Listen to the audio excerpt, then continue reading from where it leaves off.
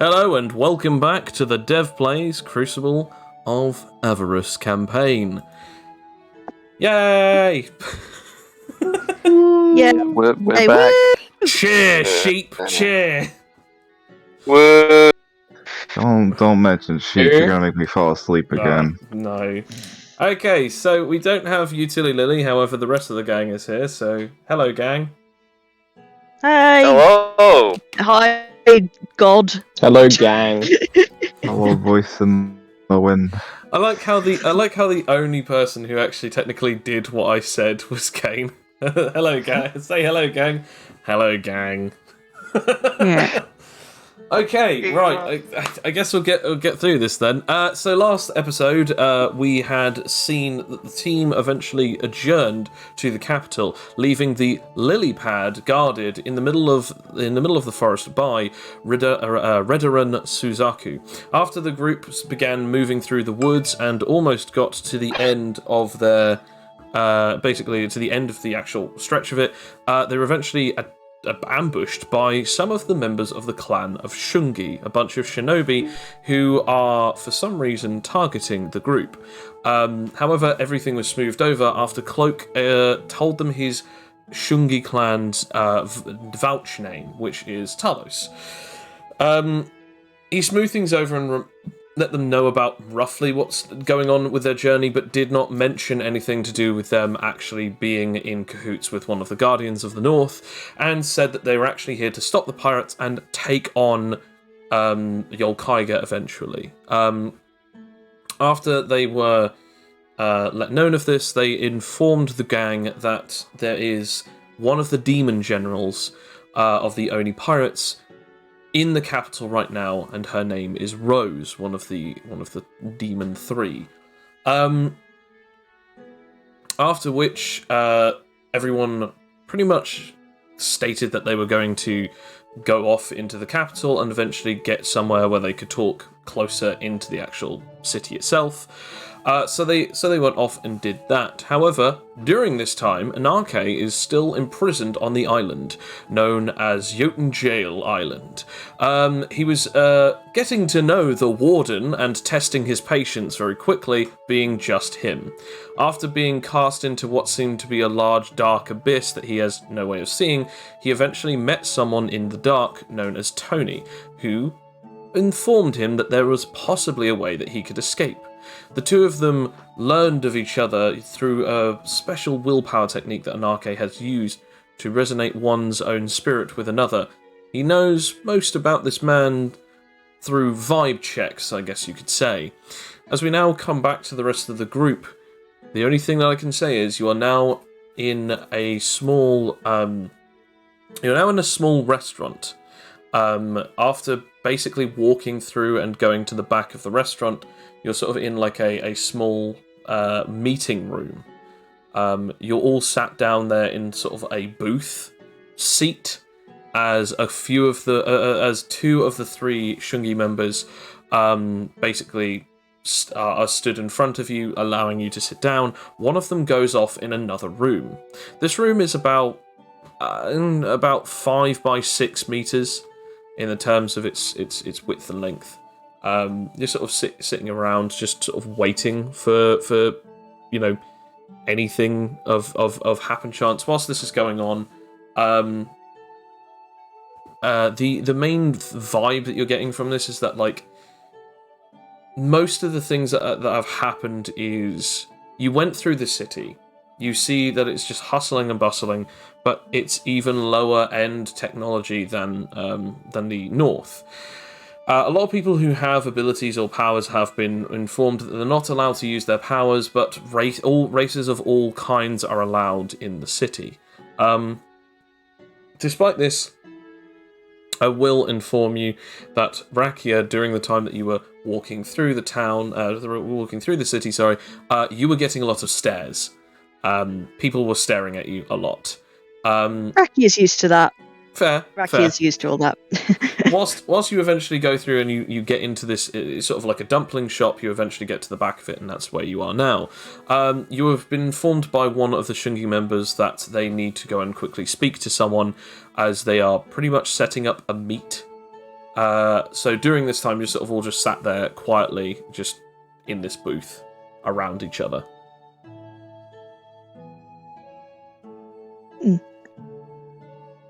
I Just- guess we should try and get some more supplies. Yeah, we've only got 3 chunks of bread and some questionable liquid. I don't think we can sustain ourselves on that. You think we can Probably order not. from the bun shop?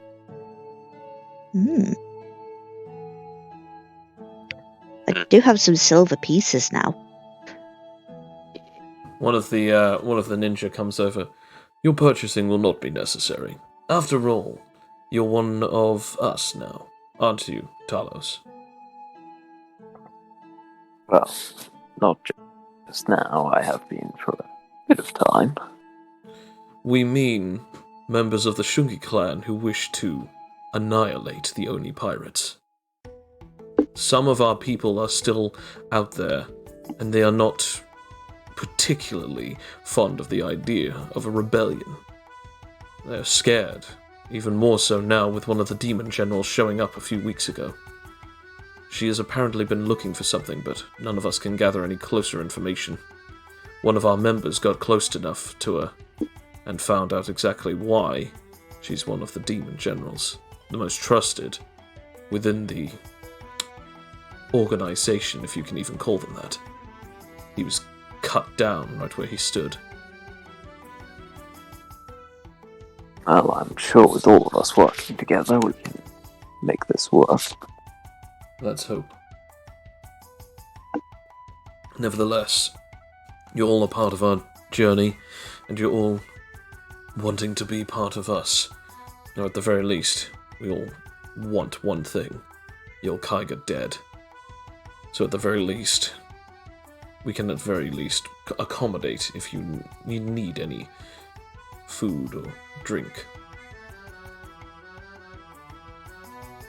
Well, we all appreciate that. Yeah. Sort of Rakia gives like a little bow. one of the ninja off in the corner sort of looks at the side of his eye.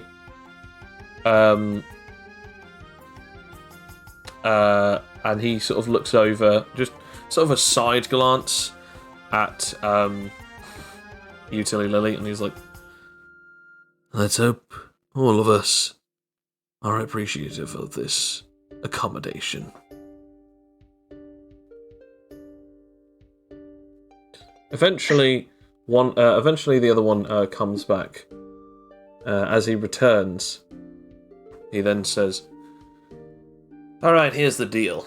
The problem is that we are, of course, outnumbered in the terms of how many pirates there are within the island. But even more so, you've come from the side of the north, which guarantees and confirms exactly what we were thinking. Your Kaiga does not wish for anyone to deal with the north. This is possibly due to their military power. He can deal with one side, but he can't do with enough. Or perhaps there's another reason. He seems stubborn enough not to continue off into the north, but yet he wishes to continue pressing us down, making sure that we are aware of his power over us.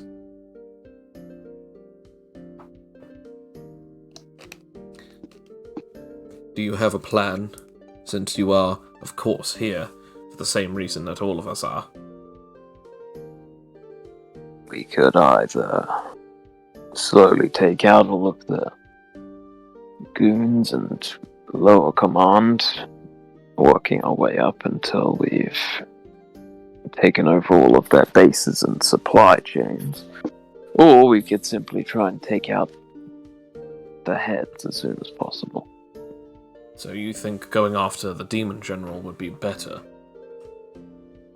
I don't really know what would be better. I think we should make a decision together. Well, taking them out one by one could very well be and prove effective if we had enough people on our side. But if we take out one, we'd have to hope that we're strong enough to be able to take one of them down. After all, if we cut off the head, maybe the rest will scatter. Maybe even more people would believe in our cause. But the only biggest problem is the true head. The old Kaiger himself has not left the island and come here in quite a few years, but the last time he did, he shook this entire island. We can't exactly allow him to, well, come here too early, if we're planning on taking down some of his higher-ranking officials.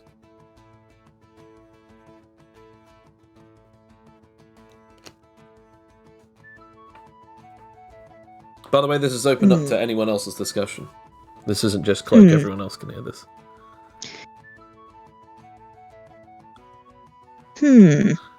This is a difficult one though, because we don't want him to come there, but Anarche has already fought him, so I don't think we're going to get another ticket to the island.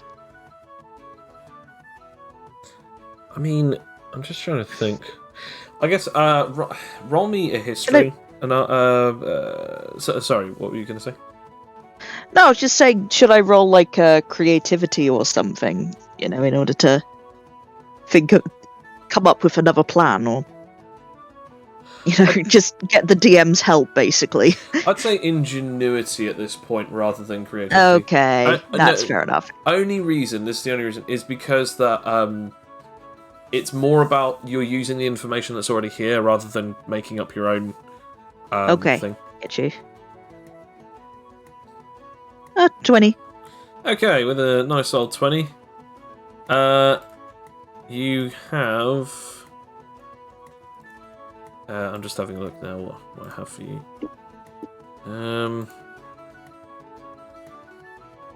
Okay, with a 20, what that's going to get you is...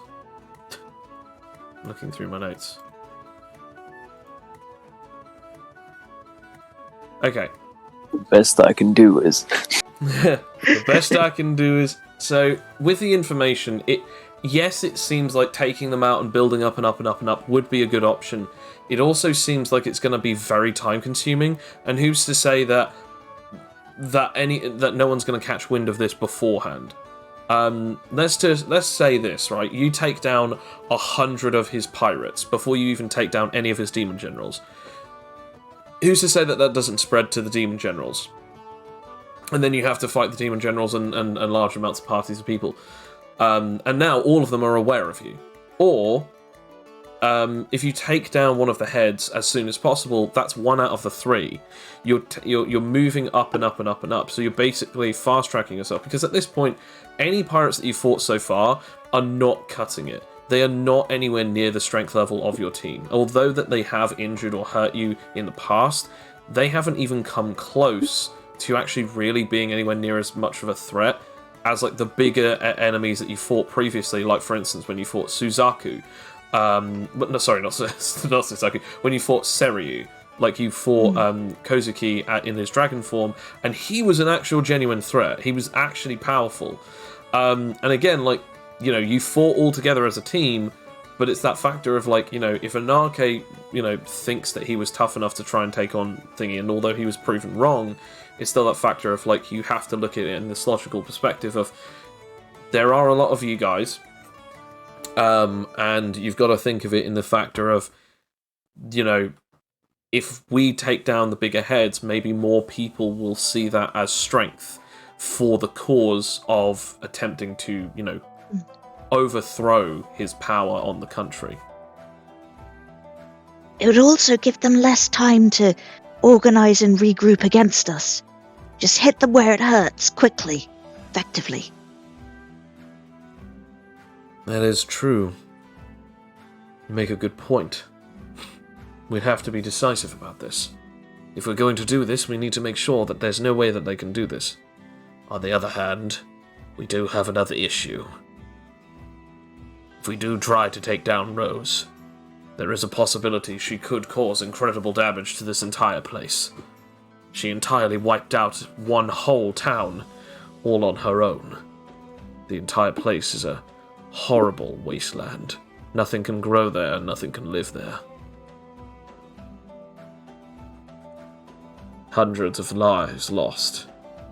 All because she threw an incredible tantrum against the people who fought back against her. If she does that in the capital, she could wipe out the whole possibility of us even having anything to fight for. And that's to say, even if we survived after she did this. But would she want to destroy the capital? Why wouldn't she? None of us really even realize why she even did it in the first place to the village.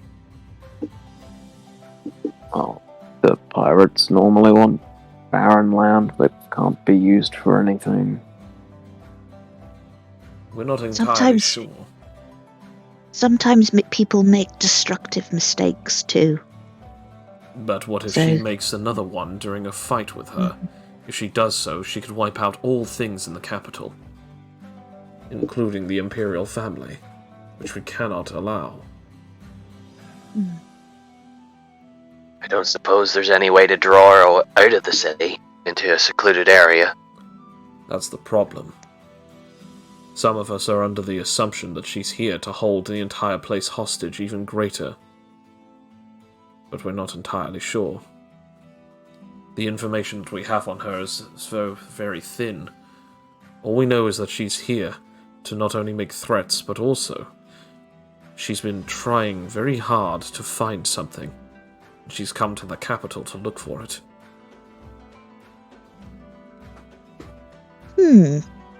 So if we find out what she's looking for, then we could use it to lure her? Perhaps. I did see someone apparently making some kind of deal with her at some point, but that person ended up dead anyway. The only person who ever got close to her was one of our own, who again got slain. But perhaps we might be able to at least look at what happened to him. When he went there, he met up with her just outside of the palace. That was all that we knew. But apparently she's going to see someone in the palace today. Heavily guarded, of course, and she's only allowed to go in on her own. But the deal is between Yolkaiga is that he does not want to kill any of the royal family members, supposedly, according to some of the hearsay from the pirates that we found. Any reason why? We are unknown. The only thing that we know about Yolkaiga's past is that 20 or so years ago, he killed the previous emperor, the current empress's father, right in front of her. Seems like he doesn't have any quarrels of killing the royal family. Why leave this one? We're not entirely sure. Some of us are unable to really understand the means. The only person who was truly around during that time was Tunga Shungi, our clan master. But sadly, he does not speak of this, nor does he inform us as to why. He wants us to leave things alone, but we know that if we do, this entire country could become ruins.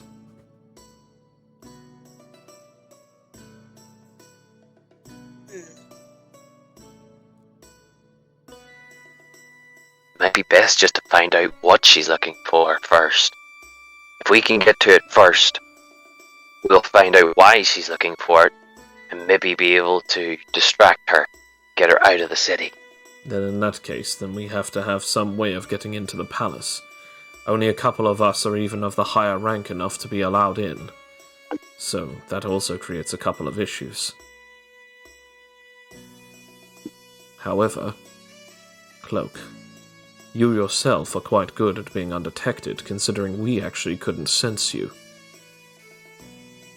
Your presence is actually only felt during the time that you had an incredible fluctuation of willpower.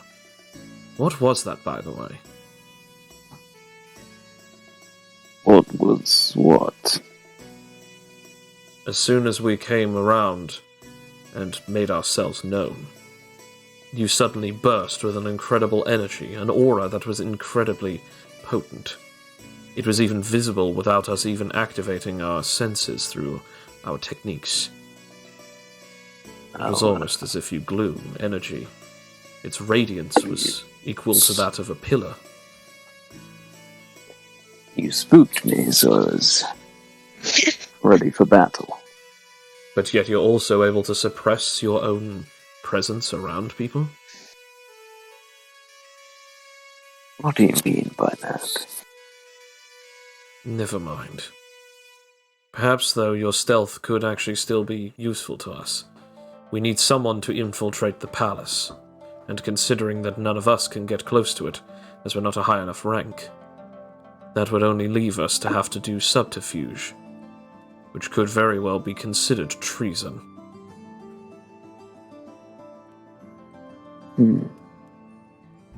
Well, I don't know if I'm the most approachable and friendly guy to be doing this. You do reek of bloodshed. Well, you have been our diplomat, though. So maybe you could pull it off with a little polishing.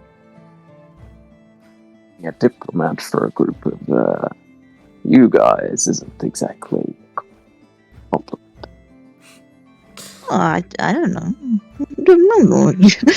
I imagine you say "you guys" like almost you're trying to censor the word sociopaths. Yes. With You a bunch of guys. you guys. That's what we'll call it for now.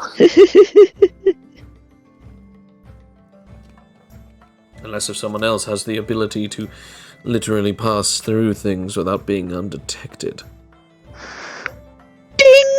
Stare at Fletcher. Yeah, we all just collectively look at Fletcher. Why are you guys looking at me? Oh. Aren't we not allowed to do such things in these parts? What are you talking about?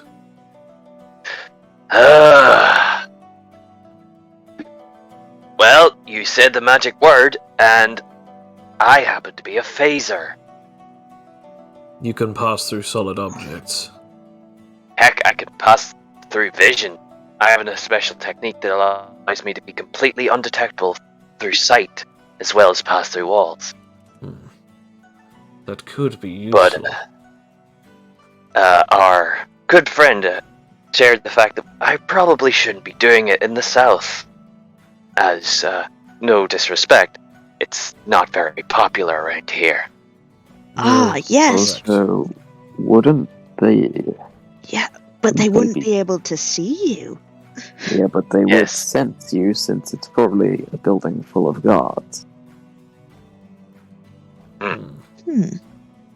I can only not to sight, but sense is completely different. So either someone would have to make sure that there would be no possible way of being able to be sensed. But then again, if someone could sense you, who's to guarantee that they'd know exactly what they were sensing? Well, they might not know it's a person, but they'd probably perceive it as a threat. That also could be true. Although it could be very Unless- useful for perhaps occupying them while another team comes in, does the job. However, Maybe if we they're had a alert- cover... Sorry, go on. I was just going to say, if they're alerted, then they might very well shut the whole thing down. After all, they barely trust the pirates enough as it is. If they suddenly stopped her from coming in, it could be a grand disaster, especially if they sensed something that they thought would be a threat to the Empress. Maybe we could have a cover story, like something that will get them, they would expect some kind of harmless, anomaly that we could, that could disguise Fletcher in some way. Like radio static or a flock of birds or something. Or, well, I don't know, what would be like Fletcher's aura, but not. What static? Oh, yeah, you don't have those here. Well, it's basically machinery of some kind. But you don't have those here, never mind. Okay, You but have machines, but we're still here under the pretense that we need to be able to have someone who can infiltrate the place. So far, we have someone who could potentially phase through matter, but easily be discovered. Or It's not my style at all, but why don't we just try and walk up to them? No. The problems, again, if they shut the whole thing down. It's not like we're easily recognizable. That is Well. true. If they are detained by specific things, then the tournament has been available to watch worldwide. you want to use your current fame as a way of stardom? Not stardom, but perhaps if they are intrigued in the tournament in some way, then they'll at least hear us out. Perhaps we can send something, maybe a message to the Empress, saying that we have fighters from the tournament who wish to meet with them. Perhaps even be allowed an audience with her. But we'd have to create the pretense of it is because they are people of this particular nation, and they would wish to be at least given some kind of accolade for the fact that they are the people's champions of this nation, to show the world of their great accomplishments, despite powers being a great part of this tournament. Well, that sounds like Cloak. Give me some time. It will take me about 2 or so hours for us to contact our, well, people. We might be able to get something, especially if we speak to the female assassins. Leave it with us. 2 of them then disappear from the room. Female assassins? They have a group? They're a clan. There are 5 different families or associations under the Imperial throne. The Shungi clan are the shinobi, gatherers of information and all sorts of things to do with secrecy. They then have the female assassin clan. They are women who are born into the adoptive system by the grandmother and then trained at birth to become great assassins. They are the absolute piece of the Emperor's or the Imperial throne, as they are both her greatest informants, but also most trusted advisors and guards. We have a few contacts within them, so therefore if we can be vouched for, there's almost a grand guarantee that we'll at least be heard.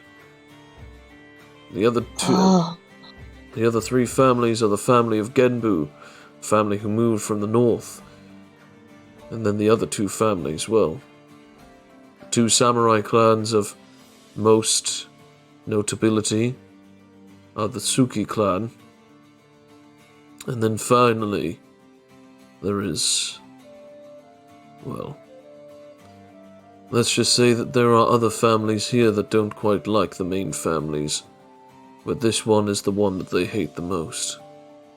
Family of forgers that come from an old clan.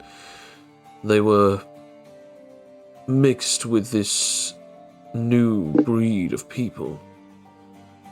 They came from the continent known as Eden, claiming themselves to be ancestors of both this land, but also ancestors of an ancient people. The families have all had their upstanding with the throne, but they are the 5 main families, or associations, of this place. That's pretty cool, I'm not gonna lie. So much intrigue and history. Just be careful that you don't overstep your boundaries here. You have a couple of hours. We will be in touch. It's best that you stay close to here, but if you do need something, best to lay low, just in case if anything goes awry.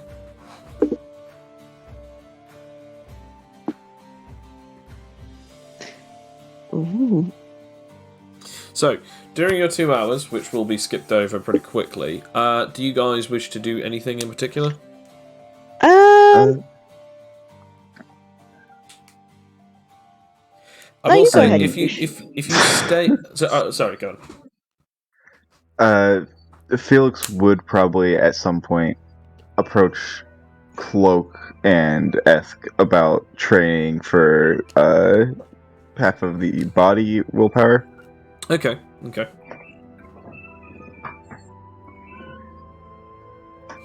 Just I as mean, you clearly seem to be the most experienced in willpower out of any of us.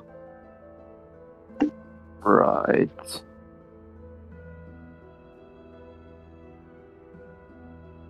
Your point being, My point being that I'm asking you to train me. well, I can hardly train you in a couple of hours. That's fair, but it's a start.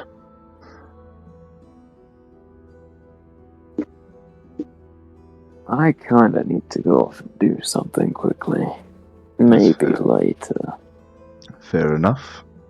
But you might have to provide something in return. Okay. I don't know what that is, but perhaps offer me something. I don't tend to give away things for free. People pay for these Fair. good lessons, you know. I mean, I have points. if Cloak's interested in points. Not enough. Okay, so just as a quick thing to put up there, if you do stay in the booth and don't really go anywhere or do anything, I will class this as a short rest. I know it's only 2 hours, but I will class it as a short rest because you're sort of respiting and recuperating here. So that's if you guys wish to stay there, or if you wish to do anything. Just one thing Mhm. that I could do. Anything else? Would they be having some ingredients for my recipes by any chance? In particular, my salt endurance rub. They could give you some salt. I don't know what else that you'd need for it. I need salt, vegetable oil, antibacterial solution, a stirring stick or just a stick, and a jar that can be sealed. Yes, they can get you that stuff in a restaurant. Yeah. Yeah, I very much like that, please. As many of those as they can. They will give you enough for yeah. one. Okay, yeah. And I shall do my endurance rub. Or roll for it. Roll to create it, yeah. Yeah. Actually, you know what? Since this requires such a high roll, I'm going to use my practice at the same time. Okay. So I can roll advantage just the once. I think. Have I got? Yeah, I got the word of practice for that. Okay. Damn it. Do D20 plus 10. Because I maxed it out now. Hey. Come on. Oh, Okay. thank God, yes. Okay, yep. Yeah, 21. Is that enough to get you up? Yeah, that's just enough. Just enough. It's a 20 to get this thing. So Okay. yeah, this is my salt endurance rub. When applied to skin, it gives the recipient 1d4 hours of physical damage resistance, which starts at 1d4 and goes 1 dice up for every level in survival. So it's 4d6 now. 4d6, yes. So a minimum of 4 and a maximum of 24 physical resistance would be granted to a person. Yeah. And there we go. Okay. I'll place that for later. Okay, so that's you done. Fletcher, did you want to just stay in the booth, or did you want to do anything? Would I be able just to meditate on willpower of the mind? I can give you enough for 2 rolls. That will do nicely. Okay. Is there any way that I can help Fletcher in that, since I'm currently not being trained for the other willpower? Because I do have half of the mind. I mean, you can do the same, where you can sit down and meditate as well, and increase yours by about 2 lots up. It's like, if that's what you wanted to do, unless if you wanted to go out and do something else. I feel like there's no reason to be wandering about town or anything, so... Fair enough. I will class that as 2 successes, Fletcher. Thanks. And roll for the next one. Yeah, if you want, you can roll willpower to boost up your mind, then, Felix. Sure. 3 points.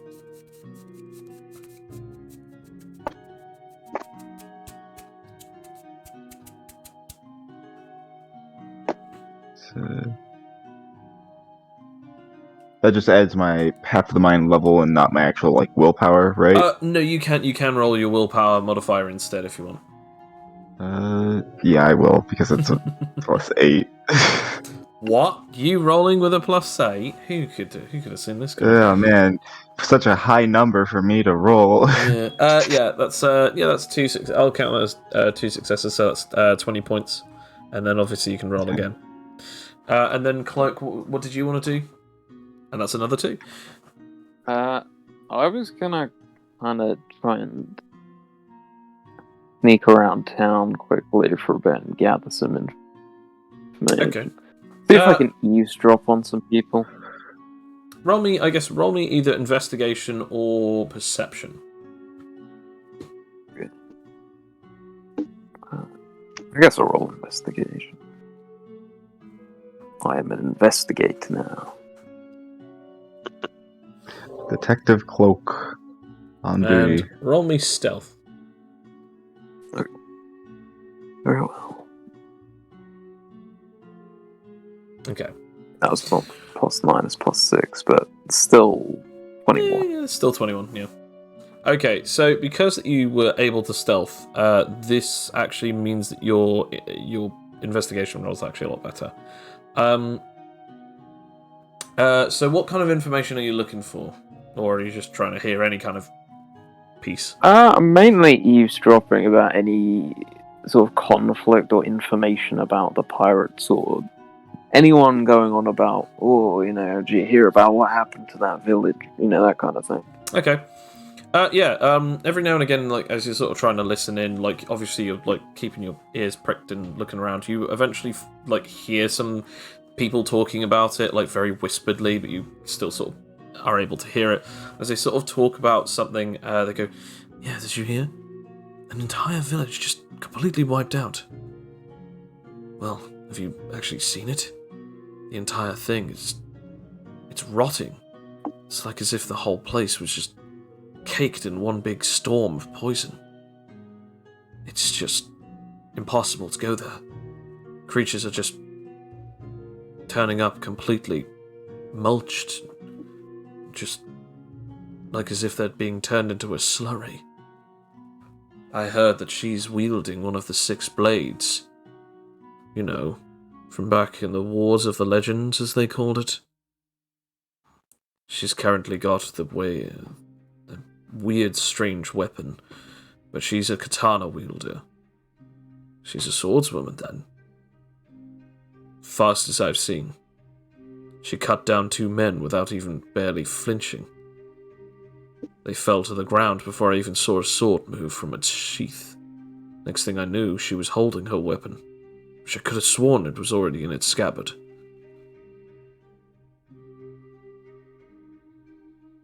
And that's about the information that you get on that. The only other thing that you really hear about is a couple of skirmishes here and there, like some of them going to like some of the bars or any of that, and then basically them just getting into a lot of trouble. But she apparently keeps asking about something. Do you want to use your second hour to try and see if you can find out any other information, or is there any? Yeah, if there's like any kind of pattern to the type of people or like the places that she's asking in. Okay. Should I just roll investigation again? Yeah. So investigation and then stealth. Investigation's not good roll. Oh dear. So I'm a shadow in the city. Like nobody sees you, nobody hears you. Your presence is basically not even a thing. Sadly, you don't get any extra information. However, you do eventually head back as 2 hours pass. As we now come back to Anarche. Anarche, it is pitch black. You can't see anything. And the last thing that you heard and saw and spoke to was the warden before you then were dropped into here. You've spoken to and just resonated with blind... Well, in the blind darkness, you resonated with the one-legged Tony. Good old Tony Chocolate. So, we come back to it.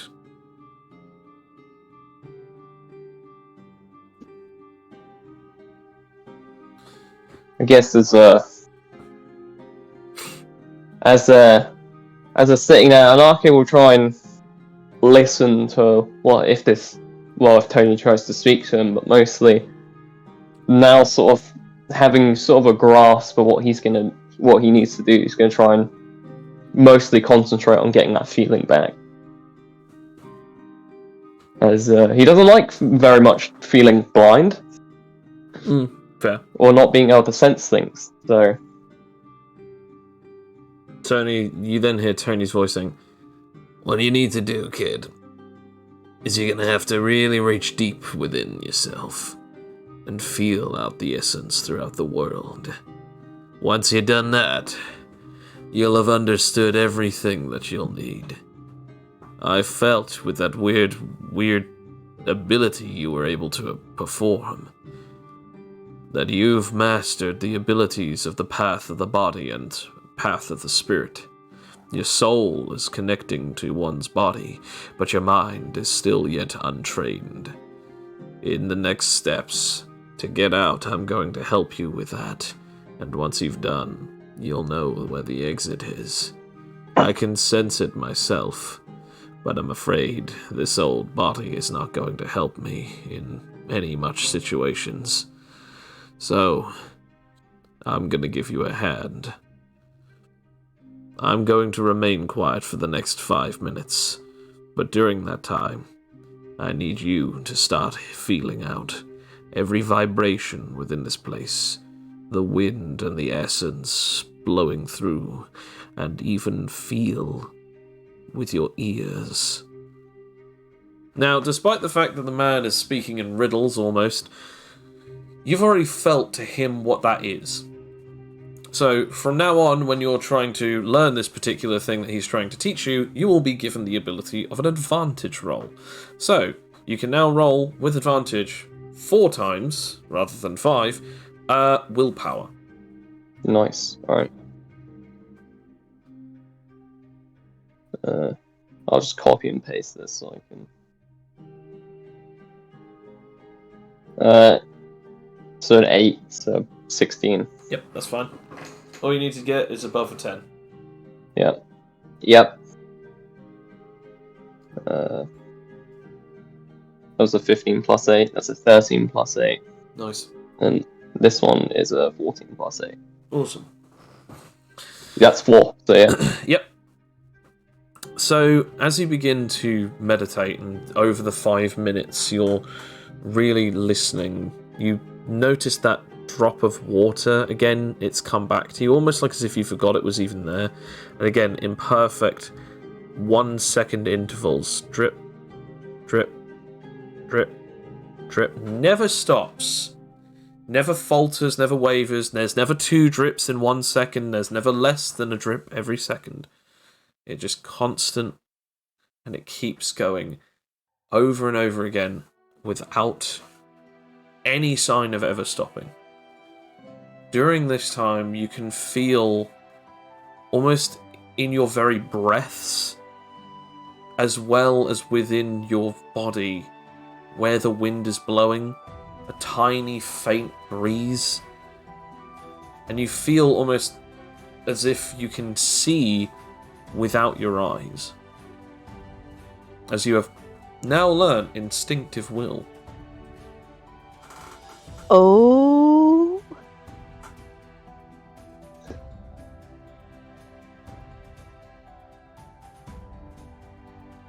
So, kid.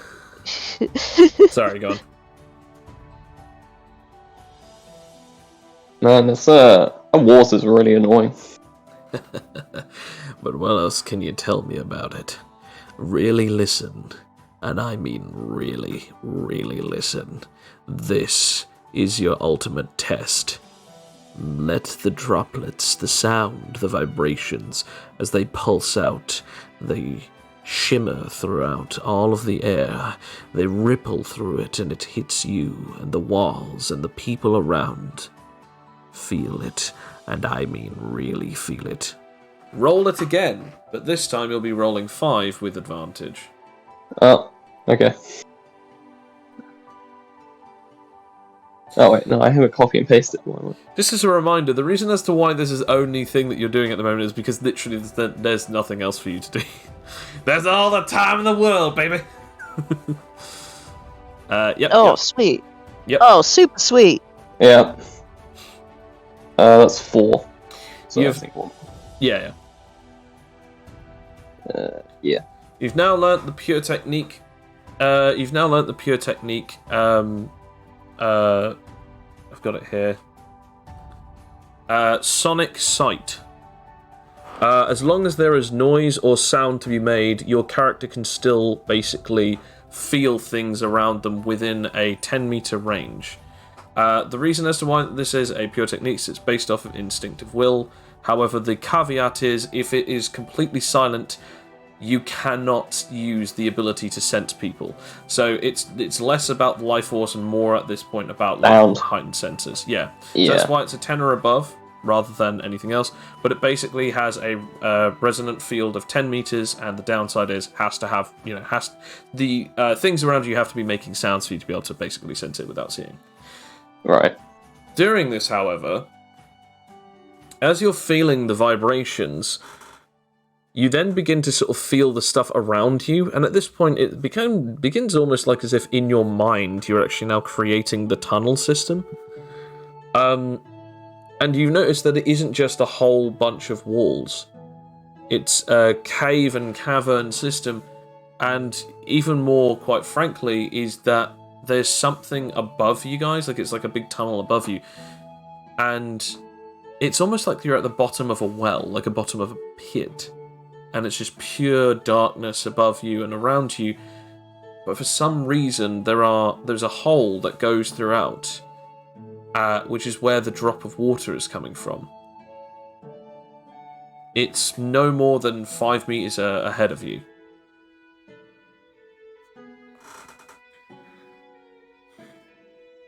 So it's above us?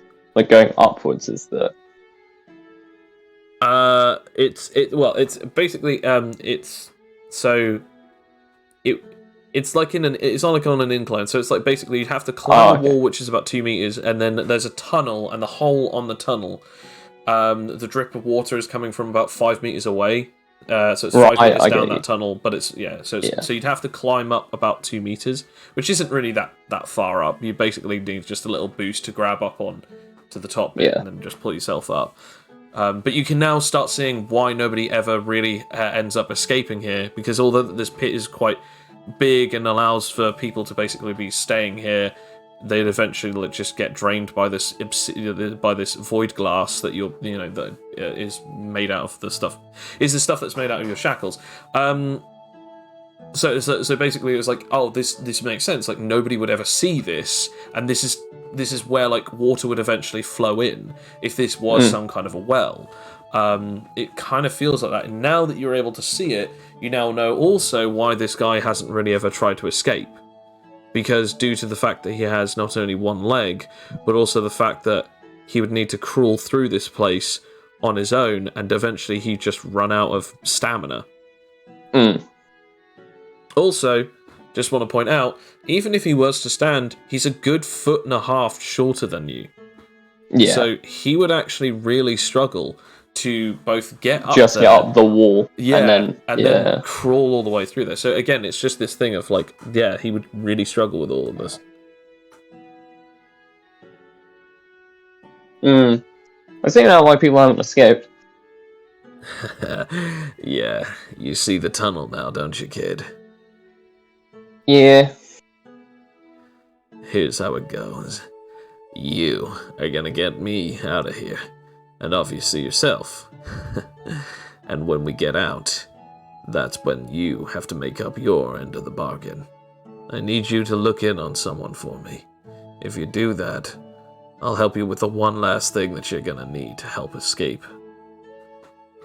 No, I was actually going to ask who that is. When the time comes, of course.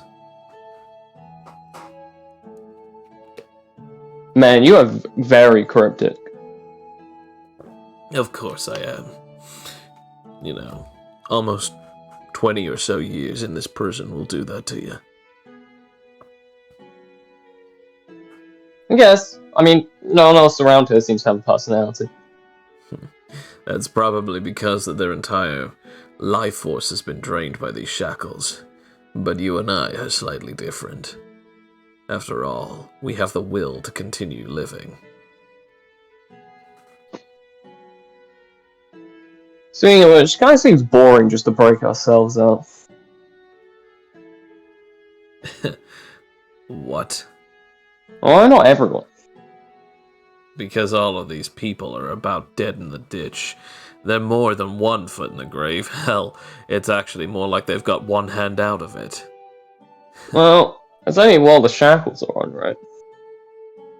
The shackles have drained them for a long period of time. Who's ever to say that they would even survive, even if we did take them off? I might be able to help with that. I think. Technically, how I think my ability works might help. By the way, I've been wanting to ask something of you. Yeah? I've noticed very ever so slightly, just a strange, tiny thing, ever since you showed up. Every now and again, I can hear your movements, I can feel them. It's almost like as if I can see them myself. Obviously, you know why. But every now and again, I see a little flicker of light coming from your direction.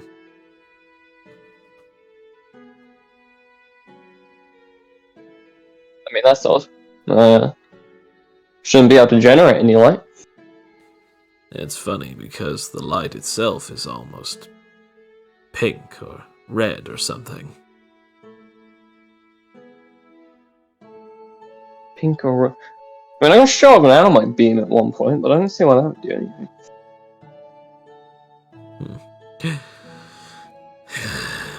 Well, maybe my curiosity is, just that. Maybe I'm going insane after all. I mean, hell, who's to know that you're even real?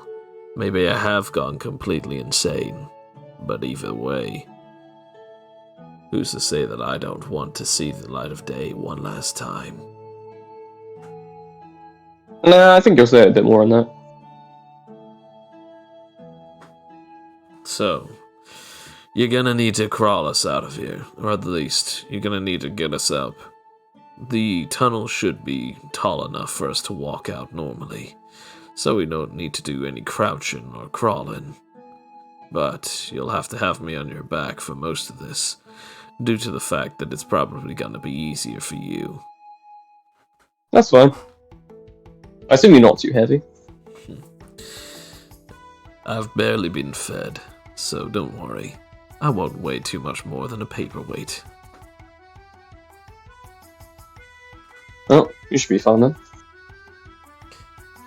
I'm gonna say that you, due to your high strength, you don't really need to attempt to lift this guy up using rolls. You just do. He isn't as light as he said, like a paperweight, but Yeah. he is really not that heavy at all. Like the best you could probably think of is maybe like 40 kilograms. Like this dude is like basically so malnourished at this point that like it's actually a surprise that he's lived this long. You eventually... As I piggyback him, I'm just gonna say, as I do that, just to give him a bit of extra kick, I want to try and use my willpower body ability on him, the healing one. Okay. Just more to if he has any like, because I don't know how injured he's been or how that leg injury has been, so it's just more if he's got any issues that can be fixed through time, or that would just help him, then Okay, roll for it. 26. You feel like as you're sort of like grabbing hold of him, sort of like allowing him to get over your shoulders, and you finally do this to him. You sort of feel him wriggle, and then suddenly like you notice something's wrong. As you then like feel him like cough, and then you hope that it's just saliva, but something like warm and wet slaps on your shoulder of your gi as he just goes.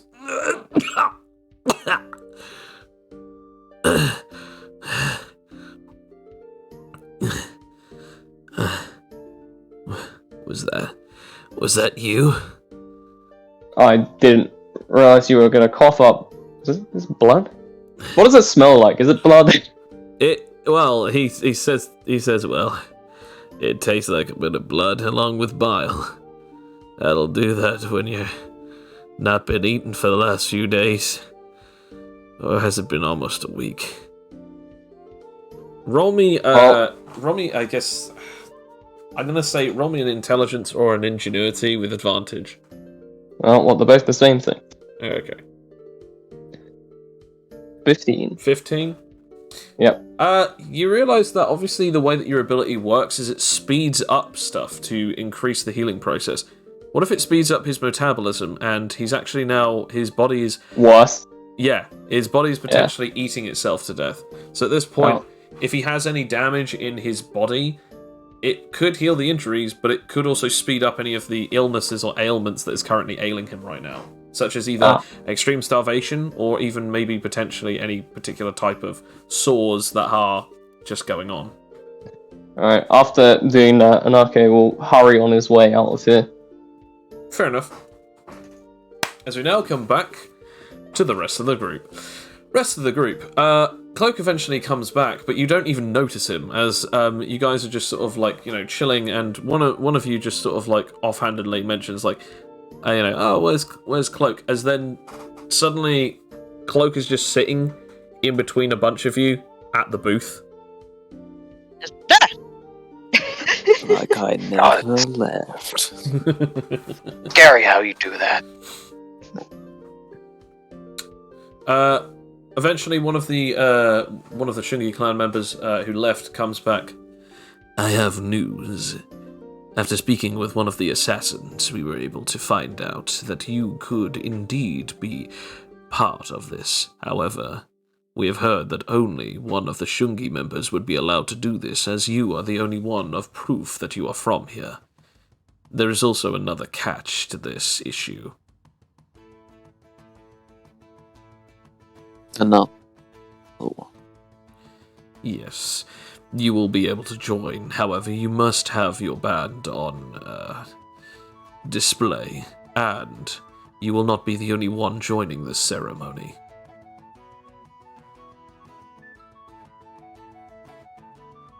Well, I don't think I'm really in a position to complain. True. Now, all we want from you is the ability for us to understand exactly what is going on. So I'm going to send you this. He gives you a letter. Should I open this? Or... This particular letter is a message of concern. Send it or give it to whoever it may be concerned to if you think that the pirate may actually attempt to attack the royal family or even engage in combat with one of them. This particular letter is an information, and it is from none other than one of the assassins. I was told not to open it. I was told to give it to whoever would be joining them. The pretense behind this is that you are an ambassador for this island and wish to have the permission to engage in any type of combat if it deems necessary with anyone. But on top of this, you are also trying to win the tournament to grant yourselves the Miracle Stone to give it to the Imperial Crown. I know that subterfusion lies is something that we have to do on a daily basis, but I can already tell that this is not going to be an easy task. especially to lie in front of our Empress. What we are doing here could be high treason. Could be a problem, but I'm sure we'll make it through. Very well.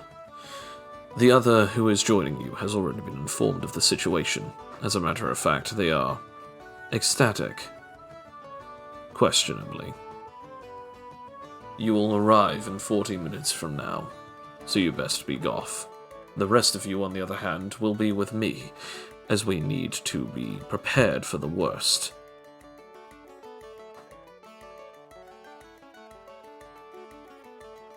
Always best to have a backup plan. Absolutely. This is why we are sending Talos in alone, but why we will also be stationed in a building not too far from the palace. Now, this however does mean that we are not allowed to engage until we absolutely know that you are in trouble. This is why we'll also be giving you this cloak. He then hands you a small object that looks just basically like an object wrapped in red paper, but has some kind of like string at the back of it. I guess roll world knowledge, or yeah, it would be world knowledge. World knowledge. World knowledge. Okay, so you can tell immediately that this is one of the Land of the Sunken Moon's personal special type of firecracker. It's a signature thing that is built by the Shungi clan as a signal for basically if anyone's in danger. It's pretty much a flare. You pull the string and throw it, it then creates a large noise similar to that of a flashbang, but then it keeps a grand light going for quite some time. Yeah. This will be your signaling device if we ever need to be in contact with you. It could have some means of being able to disorientate someone, but I warn you, if you are within about 2 or 4 meters within it, the noise can even disorientate yourself, so be careful. We won't have to use it on someone directly. Or at all, rather. True. Now, you best get going. I guess I will be off then. As you head off, as you already know where the palace is, as it's very hard to miss because it's in the dead centre of this place and it is massive. The others are then ushered away along with one of the Shungi members. During this time, does anyone wish to do or say anything?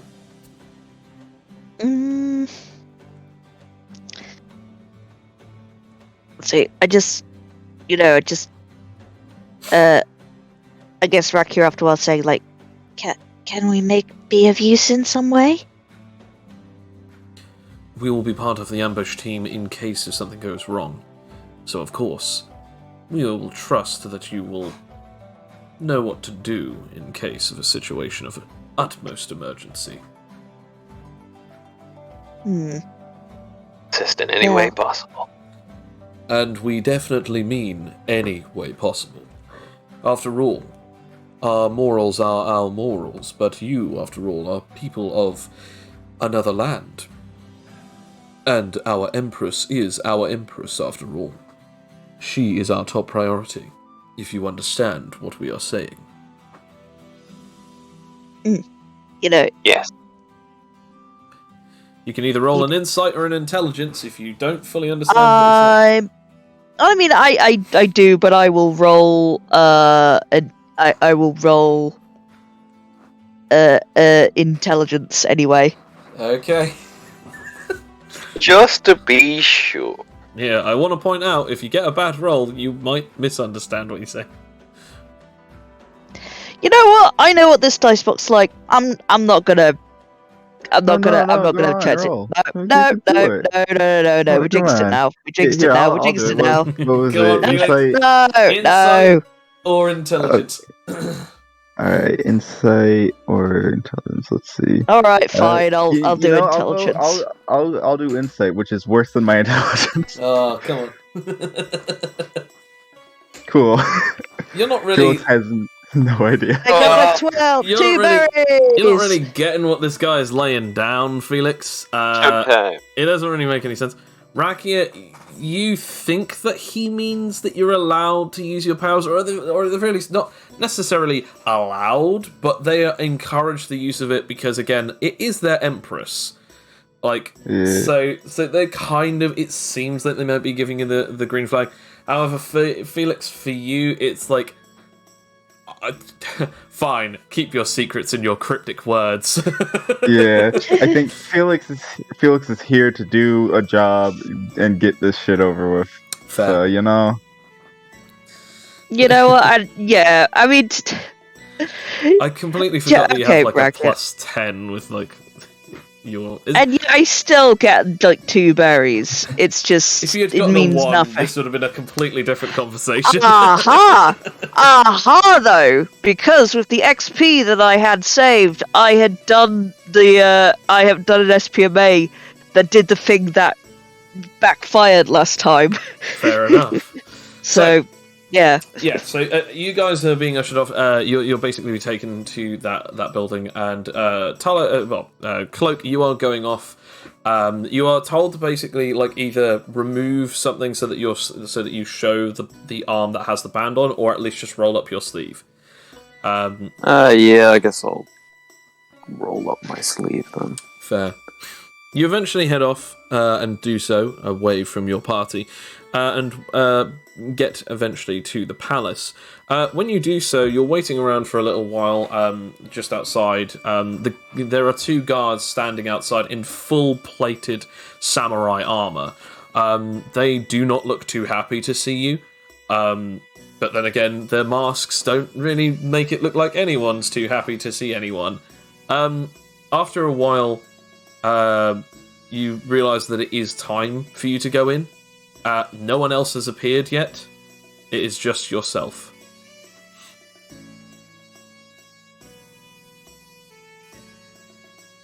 That should make this less awkward.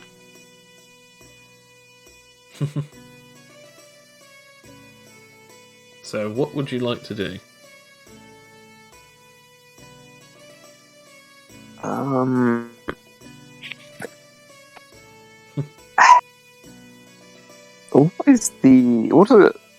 What's the layout like in Yeah. front of me? Like, is it just a straight kind of path or stairway, or is it like, you know?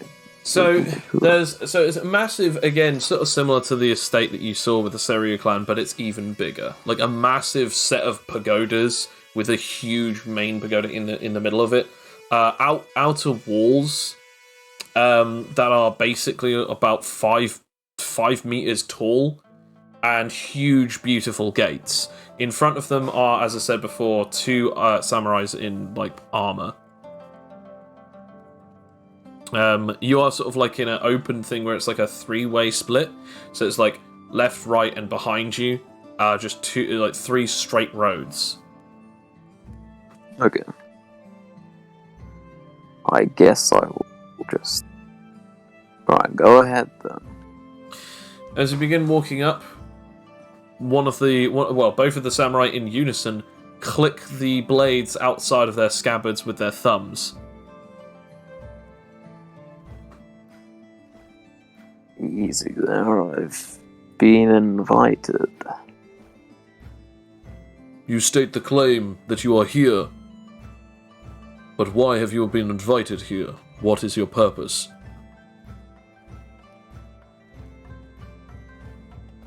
I guess I try and pound them. I guess I could show them the letter. You show them the letter. They say, "And who is that for?" Who do you think it's for? We do not play riddles here, sir. If you are not willing to state any kind of claim as to what or who your business is with, then I'm afraid that you cannot enter the palace. You then hear from behind you, "Alright guys, he's with me." You then feel a shoulder just go, like an arm just go over your shoulder.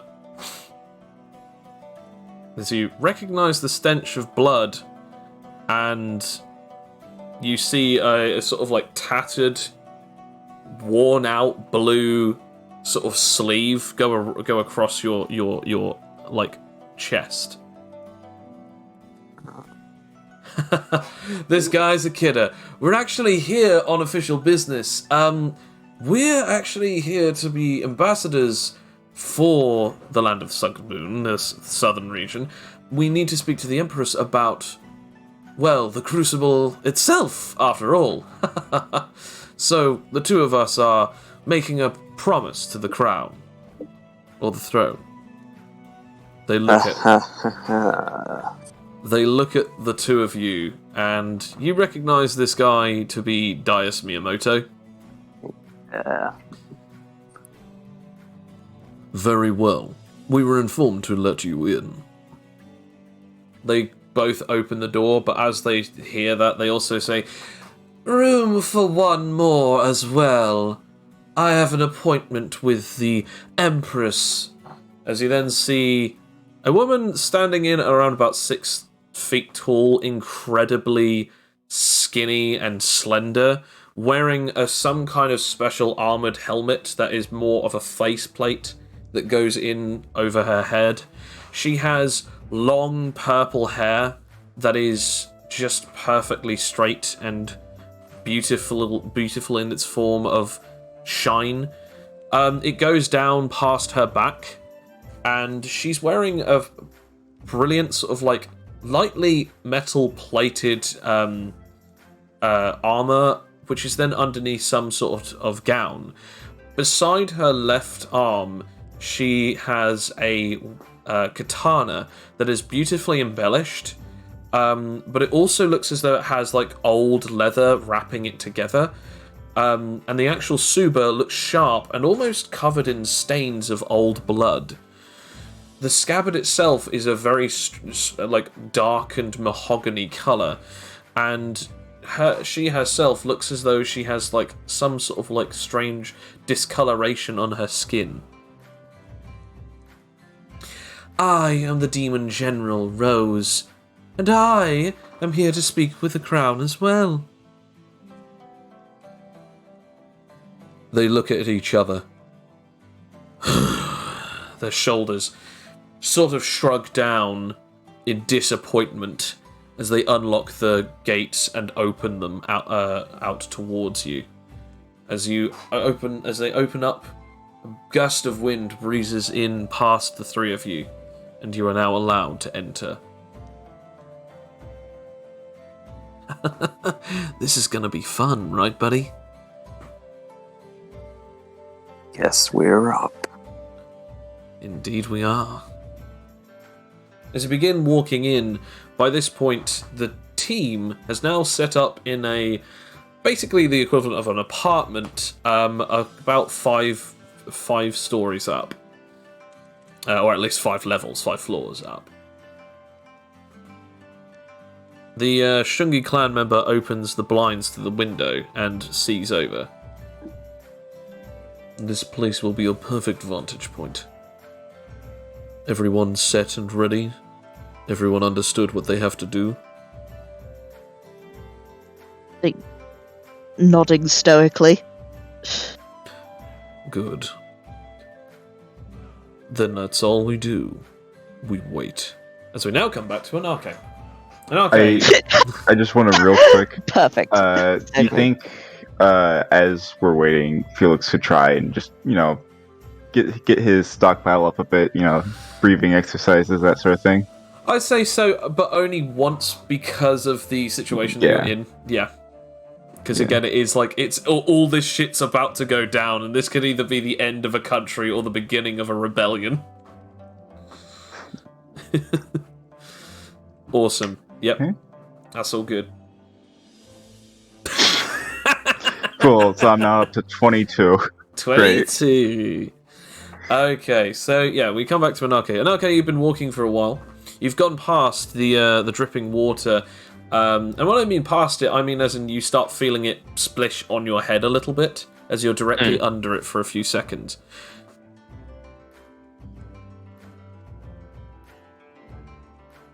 I guess I just So, are you actually going to tell me who this person is, or does that come later? Well, that's the thing. If I was to tell you, it wouldn't be too stoic of me to do so if I don't do it as the moment that I'm dying.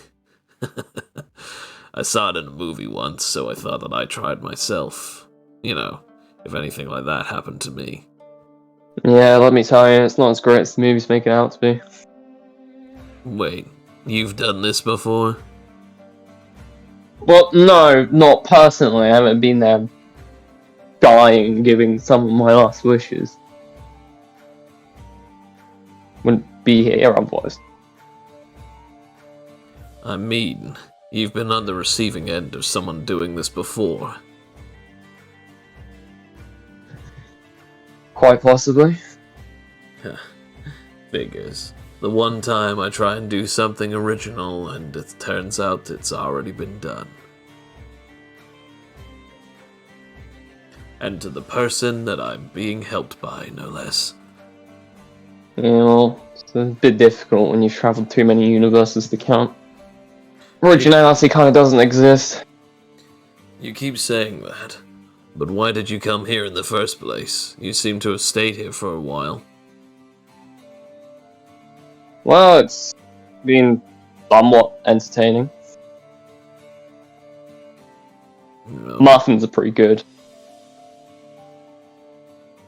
I'm gonna ask. I'm gonna roll an insight to see if there's anything else going on in what you're saying. Feel free to. Okay. I will. I will feel free to. In fact, I do feel free to. Good. 12. I mean, there's clearly something else. He's just not talking about it deliberately. Mm. You know what? You can talk about whatever you want. I'm not gonna stop you. But the best policy is honesty. And I don't mean to me. After all, I'm a stranger that you've only known for the last 30 minutes or so. But you should at least not be so quick to lie to yourself.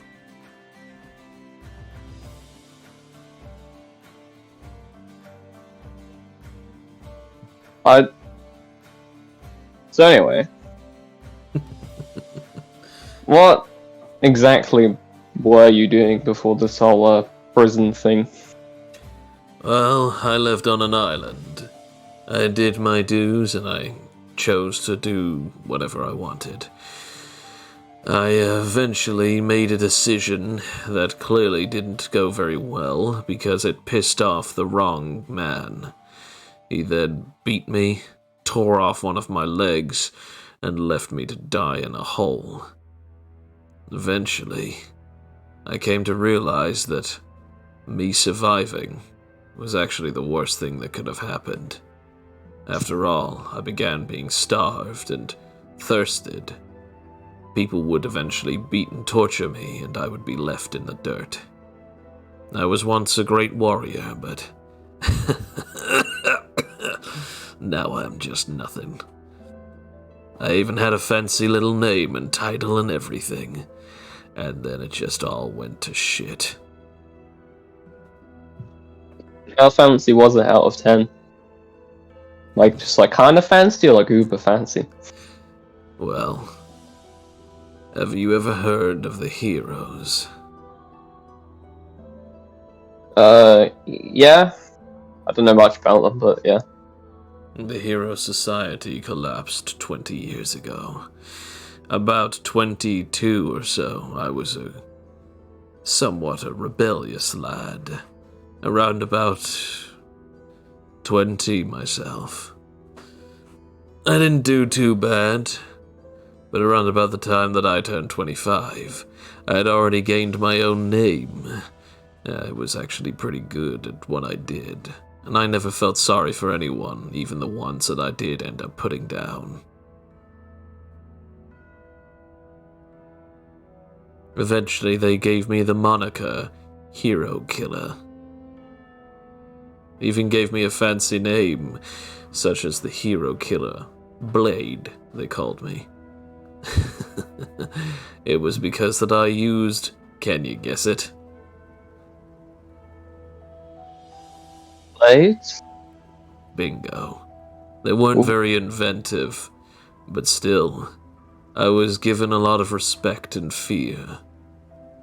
Eventually, when the Hero Society broke down, I realized there was no more point in fighting or killing them. The Mercenaries Guild went all to hell, and I eventually escaped, and left out my days trying to track down interesting bounties. I eventually stumbled on the biggest bounty of them all, and attempted to take him down. Can you guess who that was? The same person who put me in here? Absolutely. Where do you think he got the name, World's Strongest Creature? It's because people eventually decided to try and fight him, and I heard the moniker and I thought, well, why not me? I'm the ultimate assassin, hero killer blade, after all. And then I was shown that I wasn't exactly the hottest shit, if you know what I mean. Yeah, I get that. Reality will eventually come tumbling down on you, kid, and when it does, you have to realize what's really important. But sadly for me, it was too late. There's nothing else for me here. Hell, I'm pretty sure that I'm done for. Death is coming for me, and... pardon the pun, but I don't think I have it in me to run any longer.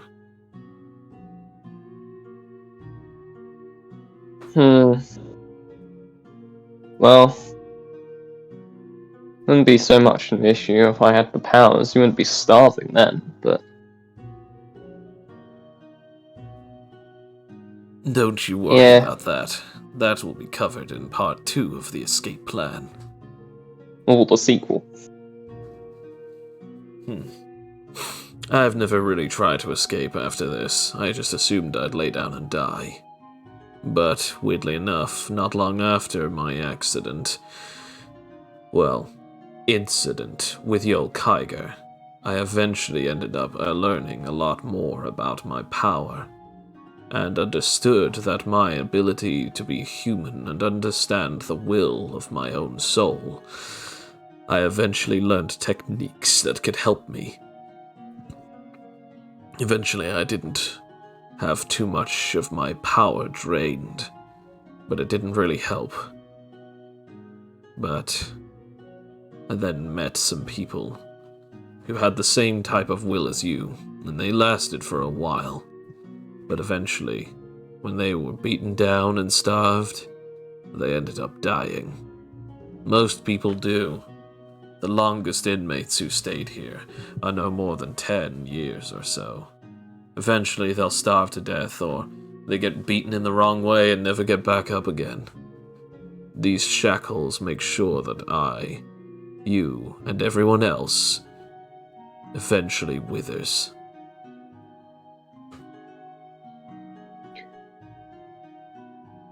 It's pretty bad. Not to understate what you've been through. It doesn't matter. It's just one of the things that Yul Kiger wishes to do to people. But he actually wants you alive. So hell, I don't even know what weird measures he's going to do to try and keep you around. Yeah, well, seems like kind of an odd fellow to me. He seems to have an enjoyment to fighting, yet seems like it's something else that holds him down. I've heard rumors that originally he was born on the southern region of the island, so perhaps maybe he has ties there. Although I've also heard that he also killed the Emperor about 20 so years ago. Right in front of his own daughter, no less. Now that's actually pretty brutal even for me, and my standards for killing were actually pretty damn low.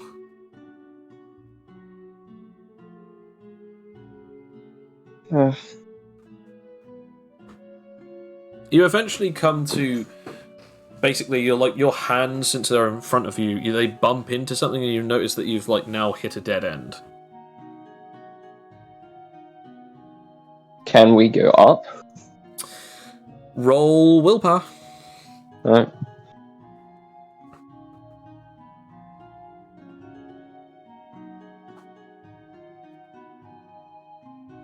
23. So as your chains jingle around, after you hit the wall, you sort of notice the vibrations go up, and they do indeed go up for quite a while, past your 10-meter range.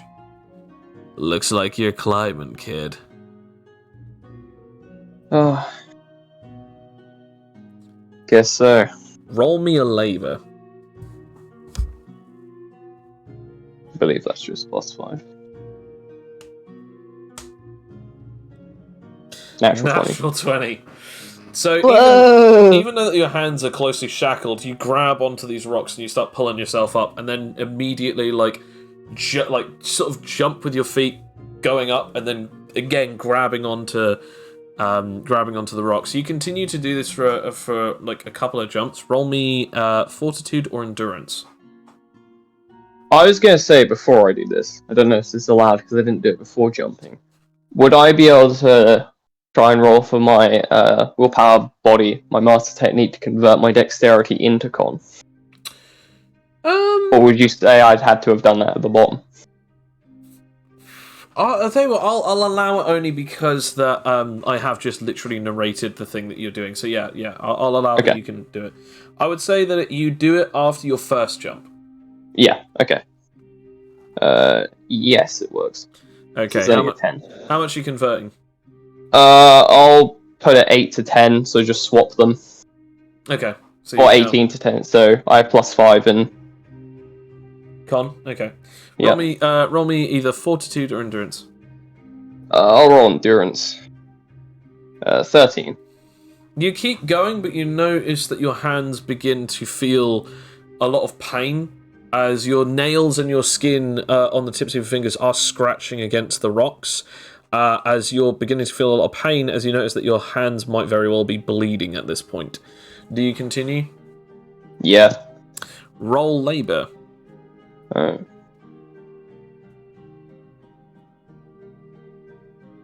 19. Yep, without question, you continued to do so, throwing yourself up and then grabbing onto something. As you do so again, roll me a dexterity. Oh, okay. Natural 20. So as you do so, you grab onto a rock, and the rock begins to break as you then jump again and immediately grab onto another one. Again, each time that you slam against the wall, the jingling of your chains on both your hands and your legs are beginning to basically rattle this entire place to the point of which your instinct is able to sense this. The reason I'm not asking you to roll it again and again and again, because obviously it would just be an absolute nightmare, but yeah, it's basically helping you in this situation. You are now gotten up to the point of the 10-meter mark, and you can now roll again to see if you can sense any further. Alright. 25. You can indeed, and you can begin to actually notice that it does curve again. And you can actually start hearing a very strange noise. It's rather familiar. It sounds like rushing water. It's about 8 meters up, and then it's sort of, again, the top of this curves into another tunnel, but again, after that, it sort of goes out of your reach. Roll labor again. Alright. Oh, no, ignore that one. Unless you want to use that one, but I did technically do it. Yeah.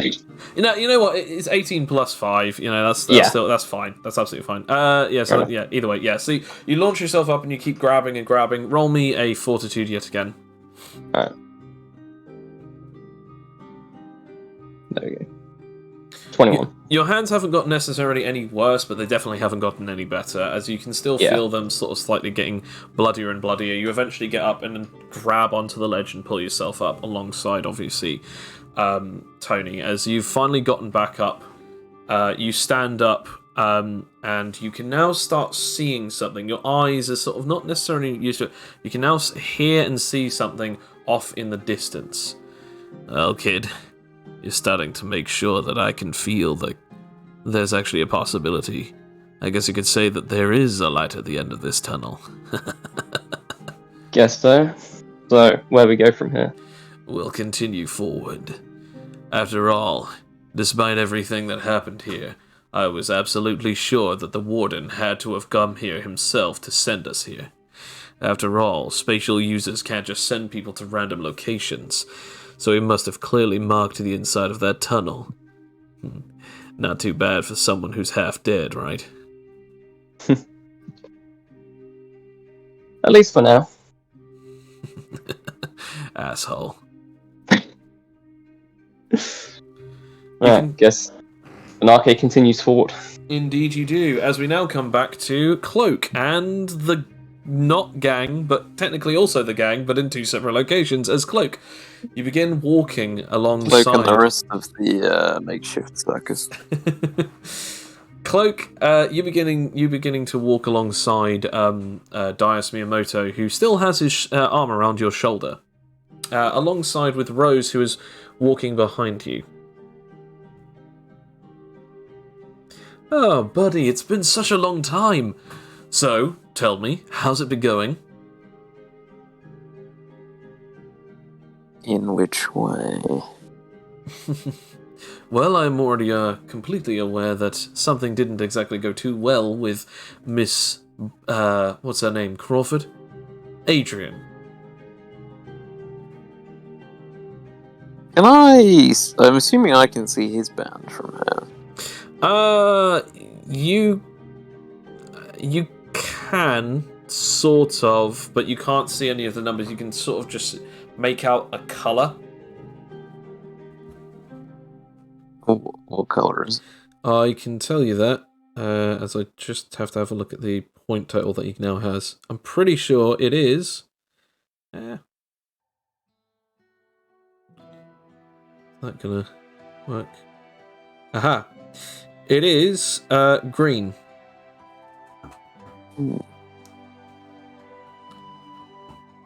So the colour of his band is green. You can't see the number total. It's only just peeking out of the sort of tears in his sleeve. And were you watching? Or did you hear about it? Well, I'd be lying if I didn't say that I wasn't at least trying to watch some of your endeavours. I saw, obviously, Miss Adrian take a nasty dive against one of your teammates. Rakia, was it? They eventually killed Rakia, but I knew that didn't stick either, as I've been watching you as well. Well, we've had some messes. So where is Adrian now? Caused by fools. I don't really know. They're not with you anymore? Nope. Shame. Does that mean that they're out of the tournament? I assume so, but I guess you could check. Darn. On the bands, right?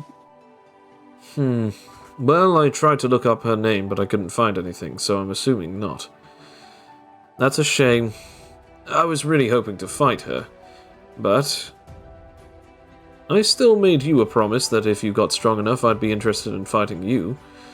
And you've gotten much stronger, friend. I mean, your willpower is now almost as great as mine. Maybe cut back on the almost. Oh, I like it. This is going to be fun. So, who's the impressive woman? Impressive? Surely you can tell she's a master swordswoman. Your point being? The blade on her side. Have you not noticed what it is? Yeah, sure, it's one of those funky legendary blades. What of the... Do you have any idea what that is worth? I've been looking for it my last couple of months and It turns up right behind me? And in the hands of Well, I guess I'll be selling it to you later then. Game on. Whoever gets it first. Hey? You might be hard-pressed. You eventually get to the doors and you are allowed in and welcomed by what seems to be a rather well-dressed, spectacled man, standing up, high esteem, hands behind his back, shoulders backwards. Hello, may I humbly apologize for any of the issues at the gate. I would be honored to take any of your coats if you need them, and of course, you are welcome in. As he then allows you in, he then says, Master Daius Miyamoto, Talas Shungi of the Shungi clan, and of course, Demon General Rose is now arriving. As you walk in, this place is a palace. I mean, honestly gorgeous architecture, but it is obvious that rich people live here. Blimey. I hope so. Honestly, I was kind of almost intimidated. But now I'm looking at this place and it's wonderful. It's all the things that you would hope that you'd have for yourself by now, huh? It is impeccable, though. The Emperor lives here. Empress, Sir Miyamoto. Ah, yes, of course. The Empress. And where is she? She will be right with you soon enough. Please make yourself comfortable in this location.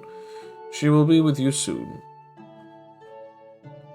The doors then close, and you notice that there are a couple of guards posted around almost each wall of this room. There is a large staircase at the back of this room where you're assuming that she will be coming from at some point. Rose is sort of... Tough do they look? How tough do the guards look? Yeah, I'm intrigued. How are you looking into Considering they this? should be. Insight or Well, they willpower? should be. I'll go with willpower. Okay. I guess either instinct of will or just instinct at that point. Yeah.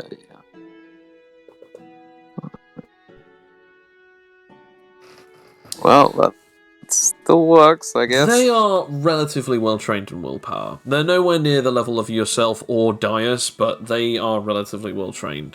However, when you do this, you can also tell the strength of Rose, and yeah, no, she definitely lives up to her hype.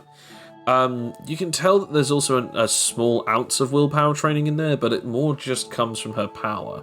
You're not sure what her powers that she actually has, but all you know is that she is of a high level and a high caliber of whatever she can do. You also notice the strange presence from her sword, but also from one of the ones that Daius has on his belt. Do any of his swords look new to me? Like, I only kind of briefly saw him, but I did definitely see him before. That is actually a good question. I wrote some stuff down. Let's have a look. Let's see if he's got any new weapons to show off. New drip. Sadly, his drip is the same, but let's see. Dripping with more blood.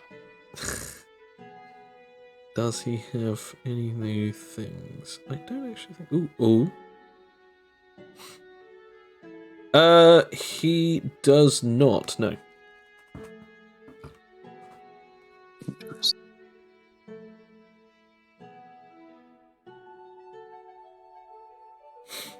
The gods, are they like, armored samurai type, or more like just... No, they're still armoured, like fully armoured in like what seems to be some kind of like plate. Like samurai plate and stuff.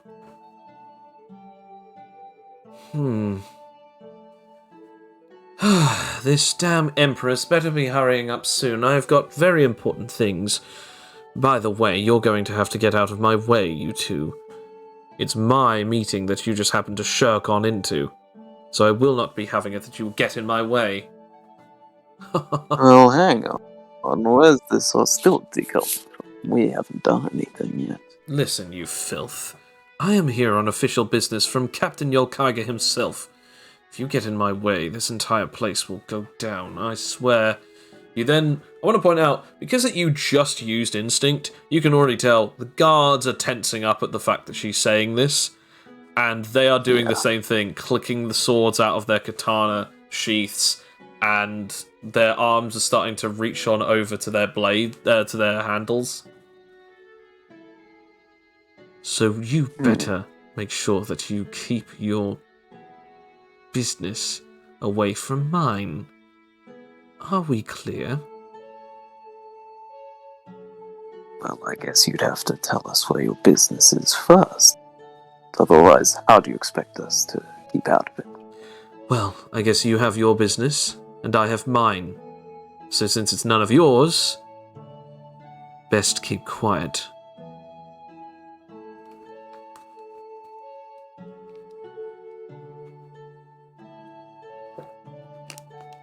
You then eventually hear some footsteps coming down the stairs. There's a beautiful light blue and white gown, dressed also with perfectly pearl white hair. A young woman begins to walk down the stairs. The attire that she is wearing is, as I said, a large gown. And she has sort of like a little golden tiara around her hair, keeping it sort of back and out of her face. Her skin is so perfect it is basically like porcelain. And alongside her, she has what seems to be a beautifully ornate blade that seems to also sort of like sway down by her back. Now, perhaps we should talk about this a little bit more calmly. I wouldn't like any one of us to get in trouble now. Since you are all guests here, I guess we can play a little game. The disadvantage of giving your information to me at the same day will be costly to all of you. Your privacy will be removed. After all, you did come to my palace. You little... You then immediately see the guards draw their swords. Fine. But Yolkaiga will not be happy about this. Tell your dogs to place their toys back in where they came from, or we're going to have a few more problems than just privacy. She waves her hands and they all place their swords back, but they stay in their readied position. Now please, take a seat. Let us commence our discussions. She sits down in front of all of you in this very beautiful looking sort of like throne. And as she does so, she places the sword in front of her and places both her hands on it in front of her. As Dias sits down, he keeps his weapons by his side, but still looking rather relaxed, even though that one of his hands is still on the pommel of one of his katanas.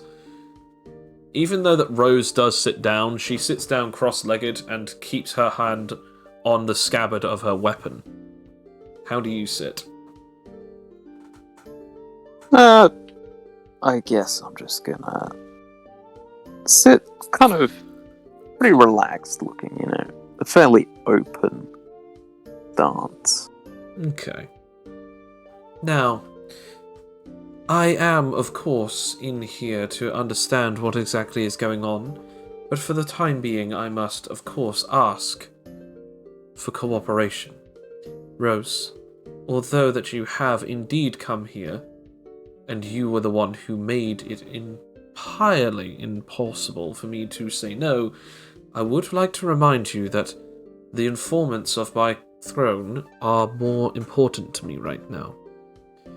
As of this, I would very much like it that this particular individual, or these two, would inform me of what they are doing here. I was informed of one particular reason, but I would like to hear it from your mouths.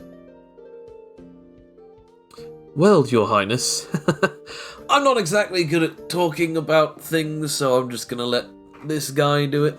So, Talos, you got this, buddy. Hang on a second. Would you mind if I just spoke with my comrade here for a second? If you can, please make it brief. After all, you're taking up my time. Brief indeed. Good friend, very quickly pull him off to the side. Fair enough. What are you doing? Why are you here? I'm here for the same reason you are. We needed proof that we're people of the southern region of the Land of the Sunken Moon, and obviously you've been told the whole details of the plan. I was just told here to back you up in case of any situation. That, and also, I was told that I would be greatly rewarded by the assassins. Oh. Funny how we all ended up here at the same time. Yes, although now that I see it, there's a few more than one legendary weapon inside of this castle. I mean, you see the weapon that she's holding? Yeah, I see it. That's the Blade of the Sunken Moon. Legendary weapon passed down from generation to generation since the Emperor of her line. However, 2 generations ago, according to legend, the wills of her grandfather and her father, as well as herself, were all stored in that weapon. If the legends are true, it's one of the most powerful weapons known to all of the people here. On top of that, the weapon that she holds is the Life Stealer. If I get my hands on it, that means that I would have at least had 3 weapons by none other than Totodai Tokugawa. Well, I ain't particularly interested in that right now, so let's get to it. Fine.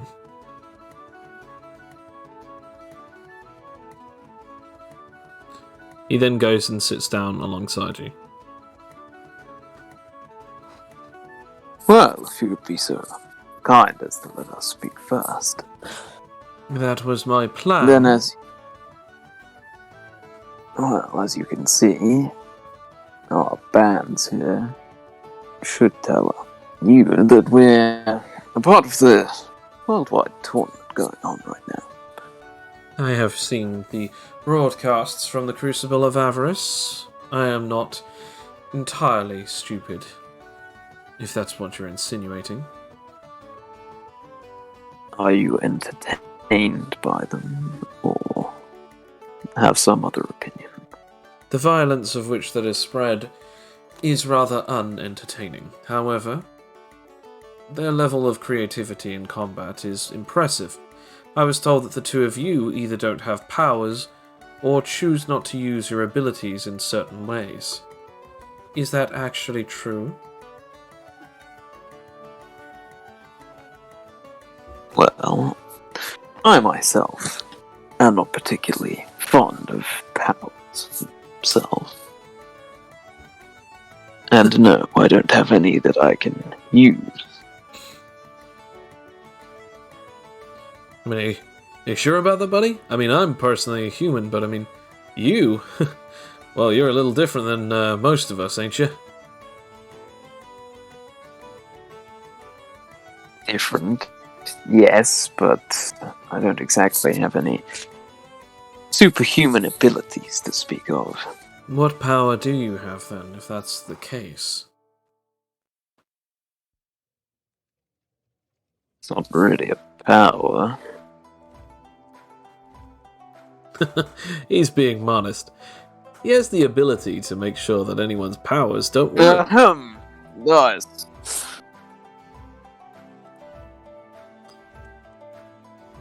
Is there something wrong, Talos?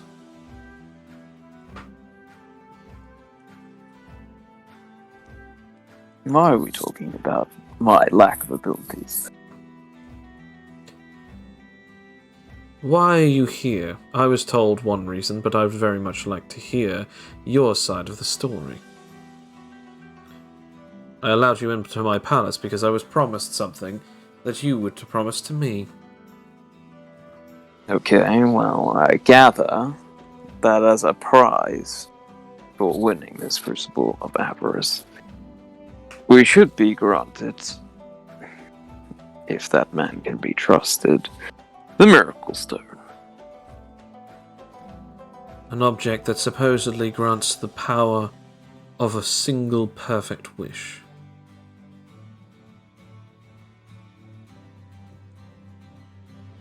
I assume you're interested. Who wouldn't want a special ability like that? I mean, an object that could grant someone a wish you could grant for anything. Eternal youth, the death of a most hated enemy, or perhaps even prosperity throughout your country. But why do you And ask you for my already know. interest? Well, you are the Empress, and we need some things. What sort of things?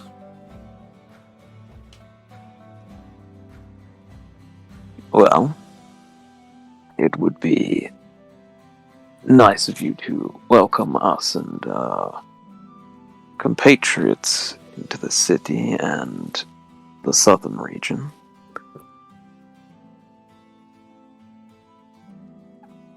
Of course, your freedom of being here. Considering the last time I checked, Shungi members are full citizens of the South. Sure. I do have some odd tag-alongs, however. Fine. If that's what you want, then your friends or members of your roaming band of gadabouts are allowed to be in here without any question. I do not see there being any issue. In exchange, what else? Considering that granting me the Miracle Stone as a prize, surely allowing just a few more people to be citizens of this country is not going to satiate your appetite. So Correct. what is it that you truly want? There is something in this area, isn't there? Something that might be highly valued by, I don't know, a very strong creature, or perhaps master swordsman, I'm not sure. Just want to point out There you're is just getting something full-on evils from Rose right now. There is something I'm aware that people are looking for in this area, and to be blunt, we don't know what it is. I see that we have some very intriguing swords in this room. Is there anything else that might be sought after around here? There are a few, but I'm afraid that unless if you know particularly the names of these things, then I cannot particularly grant you the information of them. Okay, well, what is the most valuable in terms of... Okay, we'll say most powerful item of interest in this area? Well, that would really depend on the perspective of whoever is holding or wielding it. Some would say that it would be one of the weapons of Tokudai Tokugawa, who created the 6 blades that would be used in the War of the Legends almost 80 years ago. Some would say that it's my family's blade that has been handed down from generation to generation, forged of the very first pieces of mineral that were discovered by my family many, many centuries ago. Others would claim that it would even be Ongoa tech, supposedly, if you were to believe it, that is actually lurking around in this very location. But... And it still hasn't been found after all this time. I wouldn't say that. You then just hear, like, a slam on the table in front of you. Enough! I am here because I demand that you give us the ongoer tech. You know exactly the pieces that I'm looking for. I was sent here by Yol Kaiga to find them. You are to return them to me. Return? I want you to watch your tone here, Rose. Even though you may be a demon general, you have no right to treat royalty in that way. On top of which, why would I return something that not only do I not own myself, but also something that has never actually been in your possession to begin with? Therefore, I would not be returning it to you. You know damn well that that's not yours. So, you will give it to us. You want it. What is it that you actually want? Look, it's not Yol Kaiga that wants this. It's me. But I have the full support of my captain if I am not to retrieve it. Why is it that you want this?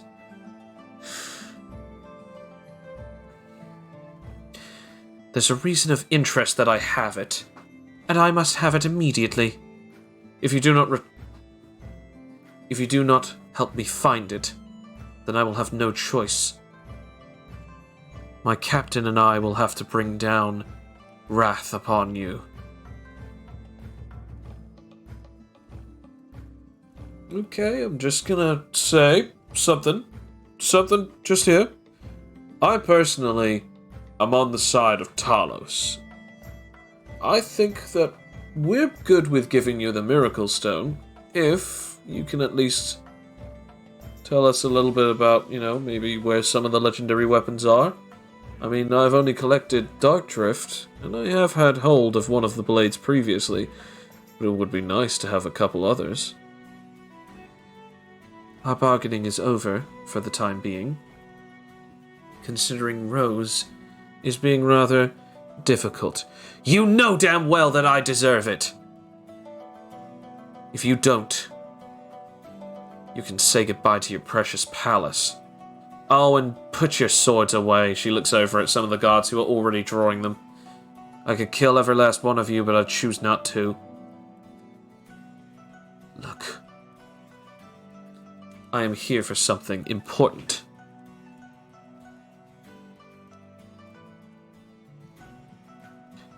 And what would it be?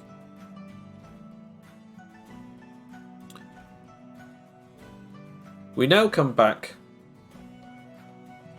to the gang. Gang, you're in the apartment and you're sort of just chilling around for a little while. Not really much to do, not really much to say. Playing checkers, Felix, roll me another nerve just to try and keep calm in this very stressful situation. Okay. Gotta find my mouse. My mouse is disappearing on my two monitors. No. No. Also, well, I mean, I'm nerding out though because it's like Dark Drift. I know what that is. Rakia knows what that is. So I just want to know. I know what that is. Awesome. But sadly, you can't Yeah, hear the conversation. No, Man. but I know what it is. Yay, free! You're getting some really bad rolls on that D10, aren't you? I am, but every bit counts. Fair. So far, there's been no signs of any distress. I can't reach any particular info from here.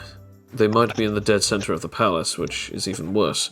There's no windows that are of obviousness. If Cloak was to try and make some kind of flare happen, he'd have to throw it out of a passing by door. He's kind of stuck. Might I suggest, I believe if they are to engage in any battle, we will be able to see through the band. Ah, yes, that is true. At least they have the capability of at least doing that. Keep an eye on him then. Use your bands to sync up to him.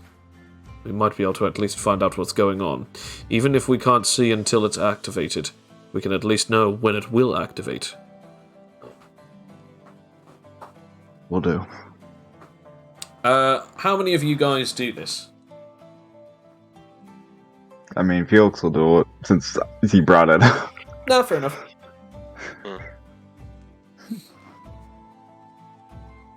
So now come Fletcher's back. still just staring. No, that's right. Fletcher's still just staring at the palace, waiting. Fair enough. As we now come back to the inside of the palace. Alright. Here's the whole scoop for you so that you can make sure that you note this down, princess. I need a specific item. It's known as the Key of Anamon. A sword that was specifically taken from the deserts of Linia and brought back here by your grandfather, no less. I know that you're in possession of it, and I need it. If you give it to me, then I will prove a promise that I won't have this place completely annihilated. You would have war upon us for a blade. Why would you want it? Let's just say that I'm in deep with someone who needs it.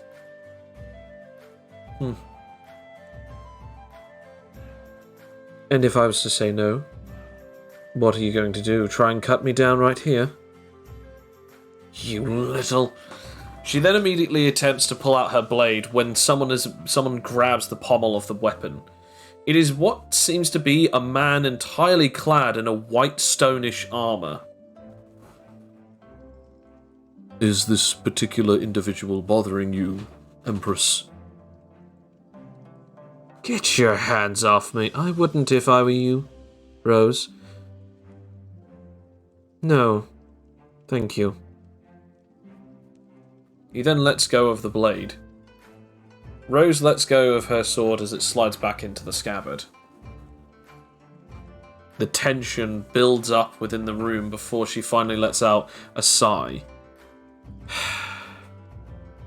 What do you want from us? Well, I guess removal of the occupation is too much to ask. But how about we look at something else? You destroyed one of our towns, completely wiped it off of the face of the map. Your poison has completely devastated it. Can you remove it? Yeah. Then that's what you will do. You'll remove the poison, and I will give you the location to where the blade is hidden. Until the poison is removed, however, I cannot guarantee that, as my people, my country, is a #1 priority. Fine. I'll be back. She then turns around in a huff and storms out of the castle. The doors open wide to allow her out.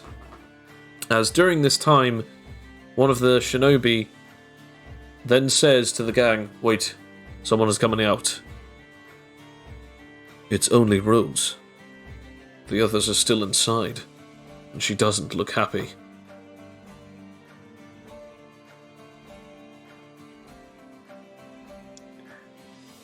Well, there's still no signs of a scuffle.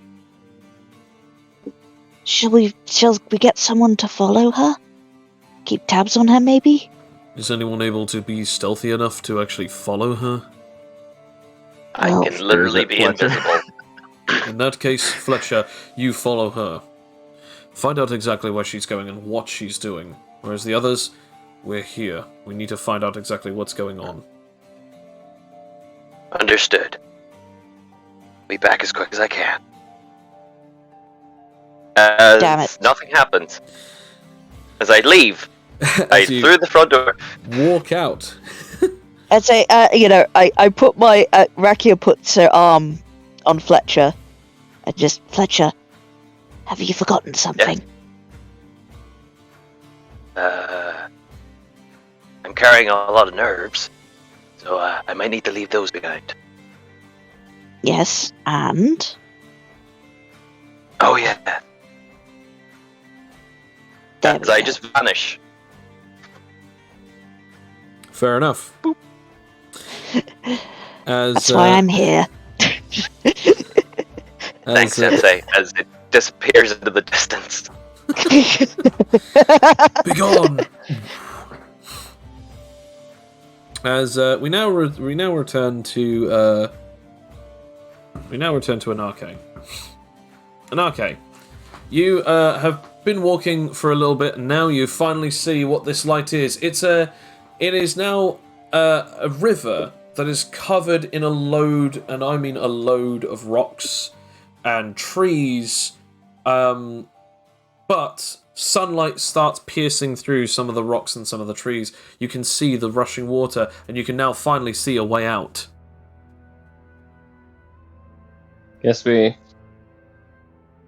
I guess he increases his speed a bit, probably entering a bit of a jog.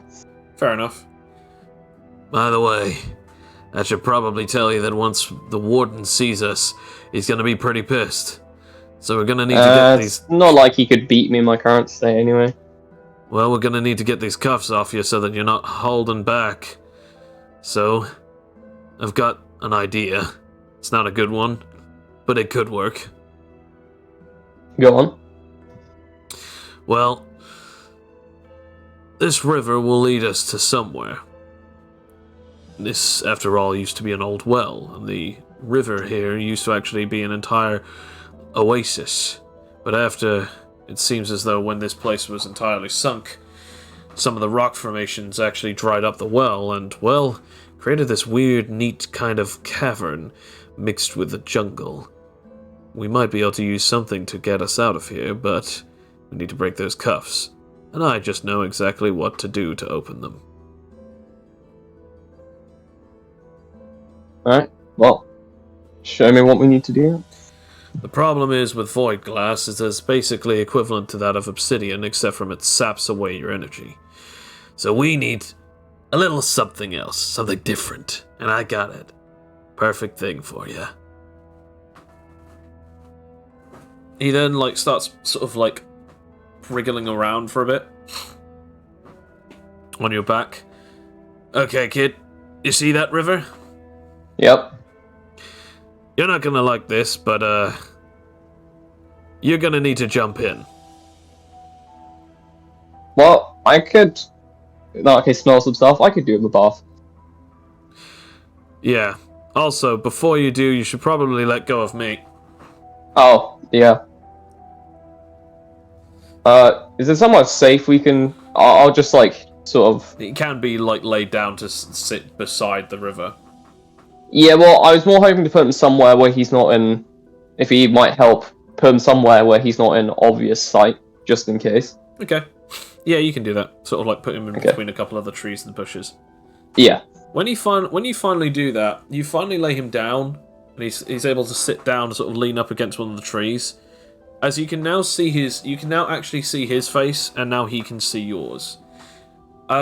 His mouth is covered in a little bit of blood, but he is sort of got sort of a lot of greyish fuzz around his mouth. His hair is quite long and sort of half black, half greyish.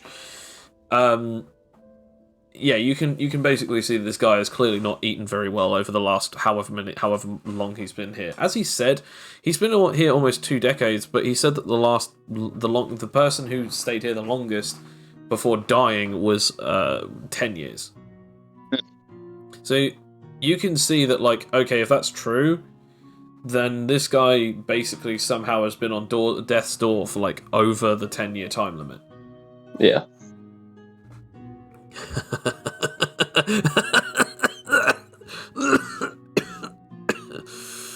I finally got to see what crazy looks like.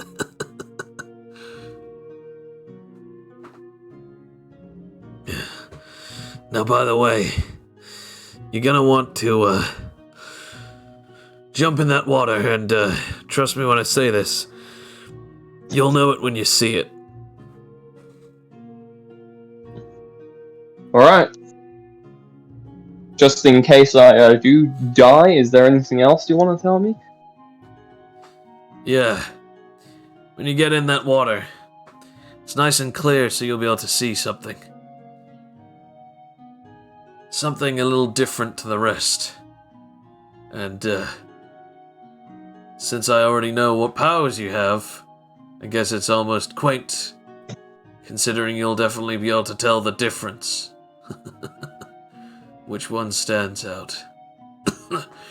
You best get going before he eventually finds out that we're not there. Alright. As Anarcho will rush into the river.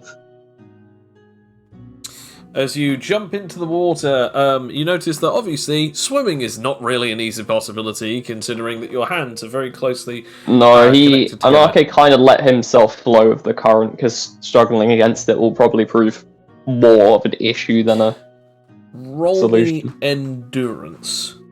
Okay. Can I roll for my technique? I'd assume that it was still active. Okay, fair enough, yeah. Just wanted to make sure. Yeah, that's fine. 18. You're able to keep your eyes open in the water long enough for you to actually start seeing that, like, you start sinking to the bottom. The current is not actually strong enough to push you down the river, but you do begin sinking. As like you start noticing that the horrible drawback of these shackles are beginning to make more of an obvious appearance now, as it begins almost starting to feel like these things are heavier underwater than they were regularly.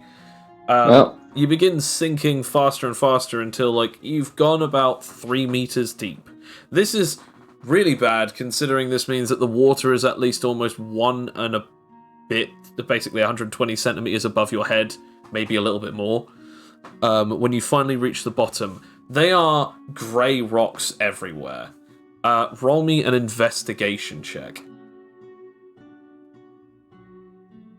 17. As you're looking around and you're starting to realise, uh-oh, this isn't good, you look down and you eventually see one perfectly white stone.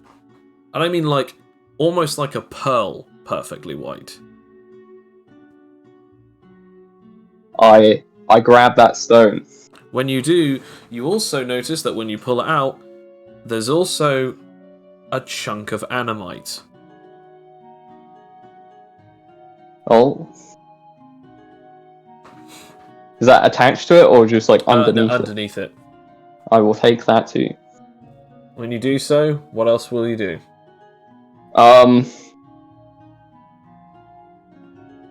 So I've got a very shiny stone and a bit of animite. So you've got a perfectly white stone and a chunk of animite. What is the animite shaped like? The animite is basically sort of almost... The best way to... it's just sort of almost like a sharp-edged rock. Whereas, this is the weird thing. The white stone that you found, perfectly round, but when you picked it up, it's almost like a sharp edge. Like as if it's like a... Basically, you know what it looks like? It looks like the equivalent of a rock ice cream cone. Yeah. I guess using the nice rock that I... Actually, you know what? Consideration, Anarche, can I roll intelligence for Anarche to try and put together what the old man might have meant? Okay, roll for it. Natural 20. Oh my gosh. Okay. So what were you trying to decipher when you say what he meant? Well, like what was his... It's more possibly what was his idea with these two objects. Once I'd gotten them. The first thing that you notice is that, like, this object, this stone, he wanted you to find it, and then obviously this chunk of animite, he obviously wanted you to find that. There's no way that there's a weird... Like, it's just a very strange coincidence that this white rock happens to look very sharp, and yeah. animite is also rather sharp as well. You have no idea what exactly that they're here, but they must have something to do with it. Now, when you remember back to what he said, you remember that he said that the Void Stone basically absorbs energy, and the problem is that it's basically designed like obsidian. When it breaks, it's incredibly sharp, but it's also incredibly durable. However, the only difference between that and obsidian is that it seems to absorb essence of life and health, whilst it is, wrapped around you. With your intelligence, you're starting to realize that maybe what he means by this is that the rock is extra special, not just because of it, that it's perfectly untouched, beautifully white-coloured, unlike all of the grey stones around it. And again, this chunk of animite has something else that is actually meaningful for. The only extra thing that I'll say is that you know that animite is often used to power things. Yeah. I'm gonna put the animite on the void stone. Is there any immediate reaction when the two touch? Its glow begins to go dimmer. Roll me an endurance, by the way. Okay.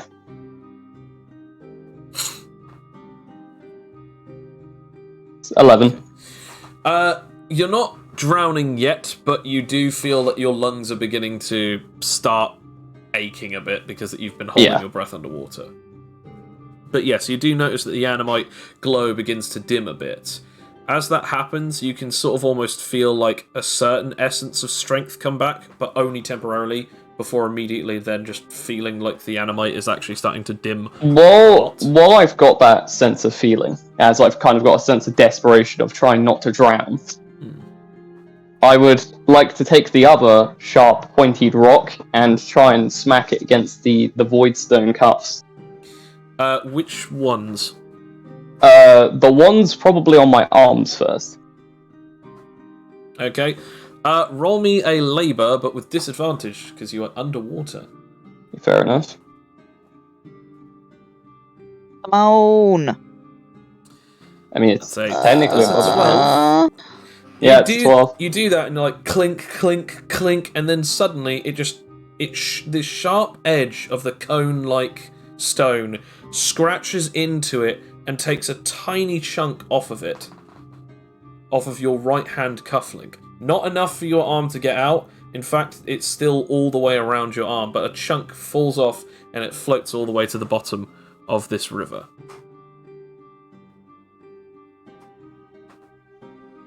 This thing, despite the fact that it's incredibly difficult to have too much strength actually using this, it seemed to have cut through that nowhere near as hard as you thought. In fact, with enough force, it almost felt like as if it just fell off. Suddenly you realise that your strength is leaving you again, as now the animite stone begins to grow even dimmer. Okay. Gonna try something weird here. I'm not entirely sure. I'll remove it from the void gem. I'm gonna hold it in my hand, and I'm going to try and use overflow to try and flow my will into this bit of animite. Oh, okay. So you're gonna roll willpower spirit to try and. And as he's doing that, he's kind of he's sort of wishing to or trying and tap into some ounce of his powers. The most basic sort of variant of it. Okay. Roll for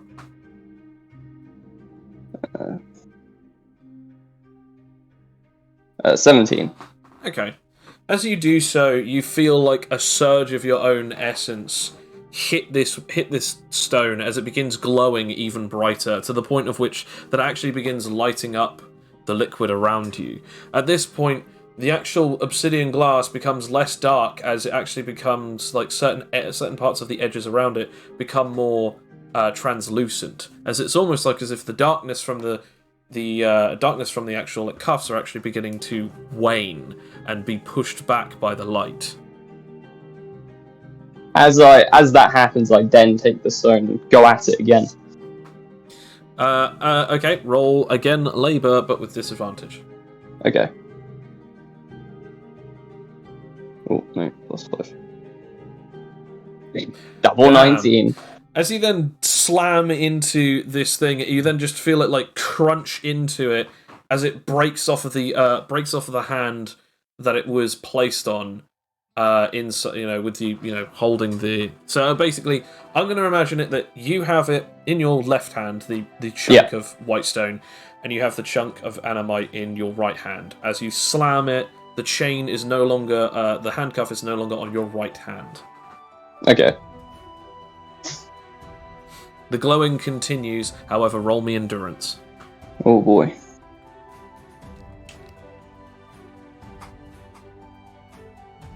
$14. Okay. It is getting to the point of which that it hurts. You now take 1d6 of damage. Alright. There we go.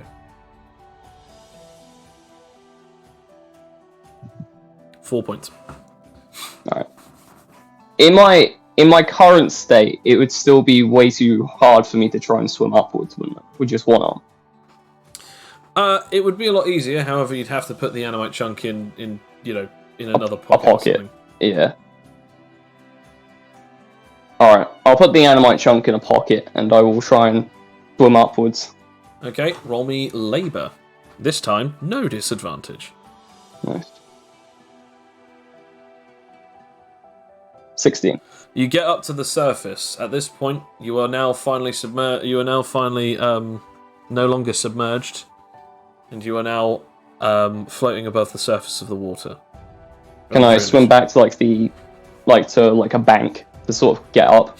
Yes, yeah. You get back to your bank. The side where you've left Tony on. All right. And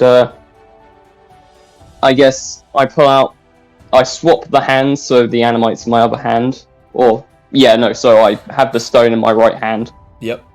And I guess I just start breaking away at my chains. Okay. This time, roll labor. Well, obviously without disadvantage. Yep. 17. As you hear the ungodly shattering of this stuff when you slam it against it, as when you do so, the Animite begins to glow again a better colour, as it's no longer being too close to this void glass. The glass shatters all across the floor, as it's really weird. This stuff was durable enough that you could smack it against rocks and it would be absolutely fine, but this stuff is shattering it like as if it's, glass. Yeah. It's very strange. However, the shards are incredibly sharp, as one of them slightly goes past your cheek and immediately cuts it open. Well, I guess Anarchy moves on to his legs. Fair enough. As you begin doing so, roll labor 2 more times. Alright.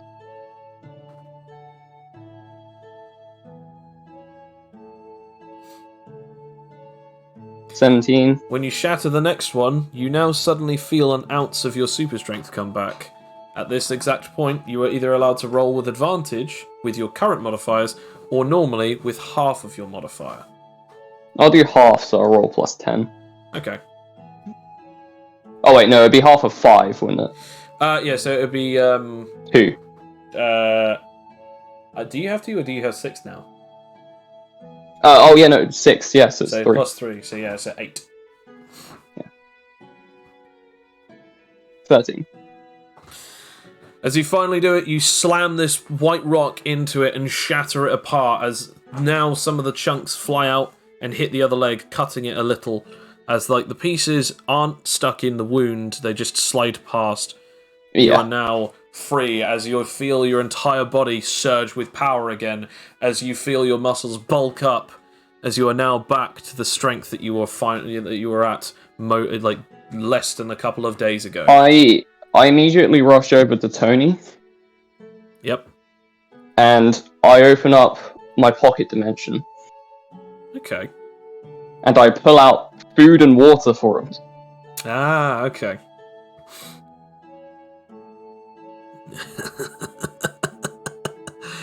You did it. You finally did it, kid. No talking, eat. I shove some of the food in his mouth. He like grabs hold of like a just a chunk of bread. I'll need that water first. I give him the water. He downs an entire bottle of water in like less than 30 seconds. Something that Bad Lads Chugs would honestly be ashamed to see, because this guy just does it so quickly. I'll give him another one. Like hydration is probably the most important thing at this point. He then starts eating small chunks of the bread. So you finally did it.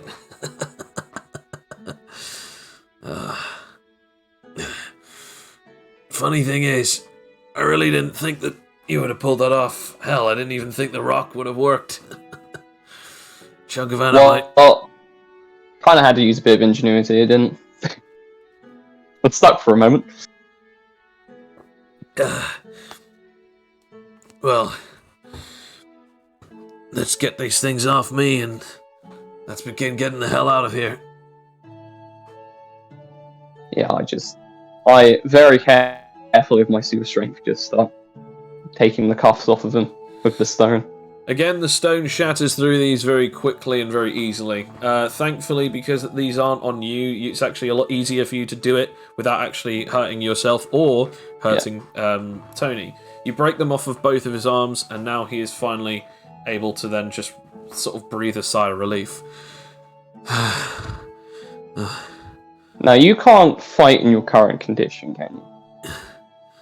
Sadly not, kid, but I should at least be able to throw a couple of these damn nasty shards. After all, I used to You're gonna hate what I'm gonna do next. What? I throw him in the pocket dimension. Wait! Ah! As I close it behind me. And as I do that, I'll roll to transform. Get nice and comfortable. And as I do that, I'm going to go back into the cave to where those, three other men were. Yep. And I'm going to fly all the way there, and I'm going to go and help them. Fair enough. Bro. I want to point out, obviously just when you transform, a massive pulse of energy comes from your body. As again, it just feels so good to be finally back in working action. As your hair goes from dark brown to suddenly immediately white again, as you now are able to go in and save these people. As we now come back to the Empress's palace. I apologize for that. Now, what exactly was it that you wanted, Talos, Shungi?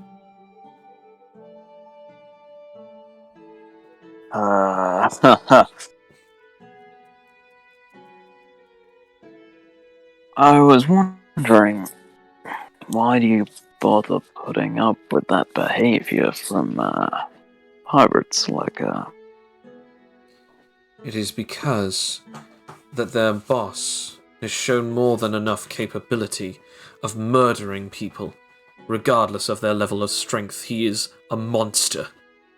The vile creature has absolute hold over my kingdom, and because of this, I have to deal with every single ounce of their putrid behavior. You can notice that her hands are tightening across the pommel of the blade, and actually you can almost see that she's actually shaking. But still, I have to think of them. So I bow to their ridiculous requests, and even give away a possible artifact that could absolutely annihilate anything in her path. The key of Anamon is an absolute destructive weapon. My grandfather found it, and he took it here to make sure that no one else would use it. He hid it. do? It was apparently designed as an object that would allow someone to harness great power. Apparently only there are certain types of beings in the entire world who have powers that allow them to activate it. But one with an understanding of animatology could also access it. It at first looks like an ordinary sword, but actually, the blade is made of pure animite, from start to finish. The weapon itself was the weapon itself was created and attuned and designed by one of the ongoers. It can activate almost any ongoer piece of technology, and it allows someone to access certain vaults, according to the legends. My grandfather used it and saw it being used only once each. As a matter of fact, it is one of the very reasons as to why it's held away. It opened one of the ongoer's forges, and it allowed access to an entire vault. One of these particular vaults had all sorts of strange experiments going on inside of them. It is one of the reasons why the War of the Legends continued on for an extra 2 years longer, because more people gained access to weaponry that they should have never have had access to. My grandfather used the blade to destroy it. That is the only weapon that can truly control animatology as well as vanquish it. For some reason or whatever reason, it is both a tool to create and destroy animatology.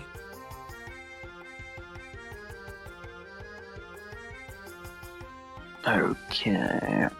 Well, out of respect, I think we might as well be honest with you now. Though we are part of the tournament, I don't really have much interest in the Miracle Stone or winning. Then what is your interest?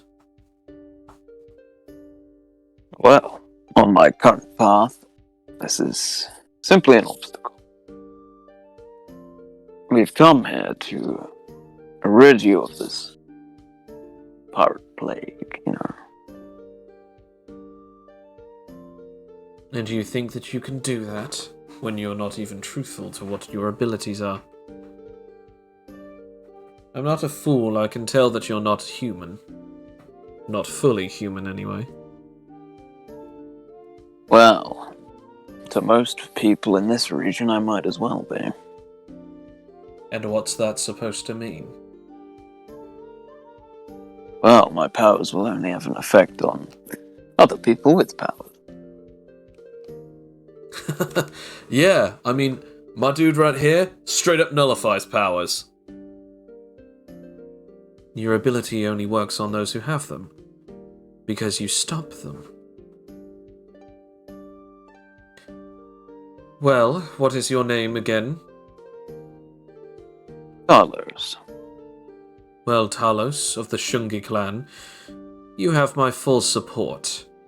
Whatever you need, you have it, for the entire duration of your campaign against your Kaiga and his putrid Oni pirates. If you give them one hell of a show, then I will help you go to war against that creature. But we must make an agreement. Any of his spoils or treasures are the kingdom's, not for the spoils of your team. He has taken enough from us, and I cannot allow the treasures of our people to be in the hands of randoms. After all, I want him dead out of revenge, yes. But I also want him dead so that my people can prosper once again. If we have that in accord, then you will have anything that you need. Well, sounds good enough for me. I'm not particularly interested in whatever he has. Very well, then. Then it is settled. Your alliance with us will either be as private or as public as you wish it to be. Dias then just goes, okay, look, I just came here to make sure that this guy got what he wanted, and I'm actually only here because I wanted to fight Rose, so I'm just gonna be on my way, because, I mean... Well, Dias, our first task is taking down Rose. Once we've eliminated the pirate threat from this area, then we can be as public as we like with our alliance. I mean, hey, I'm not in anyone's alliance, okay? I just wanted to fight and get stronger. To be honest, this country hasn't really done anything for me since I was born. The only reason I showed up was because that I know that you needed help. And to be honest, I was interested only because that I thought that you might be able to give me an insight on Adrian. But since you can't, I'm just gonna go to the poison zone and kill her myself. That works for me, but we'll see who takes her down first. Oh, competition. He then begins his intense stare. His body shifts, his knees bend, and his arms crick towards either side of his katanas. Then I guess we'll see who gets to her first. As he then dashes for the door.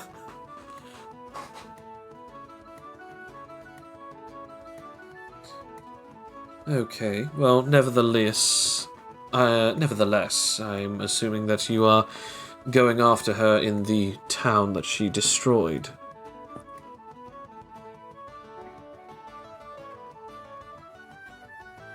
Yep.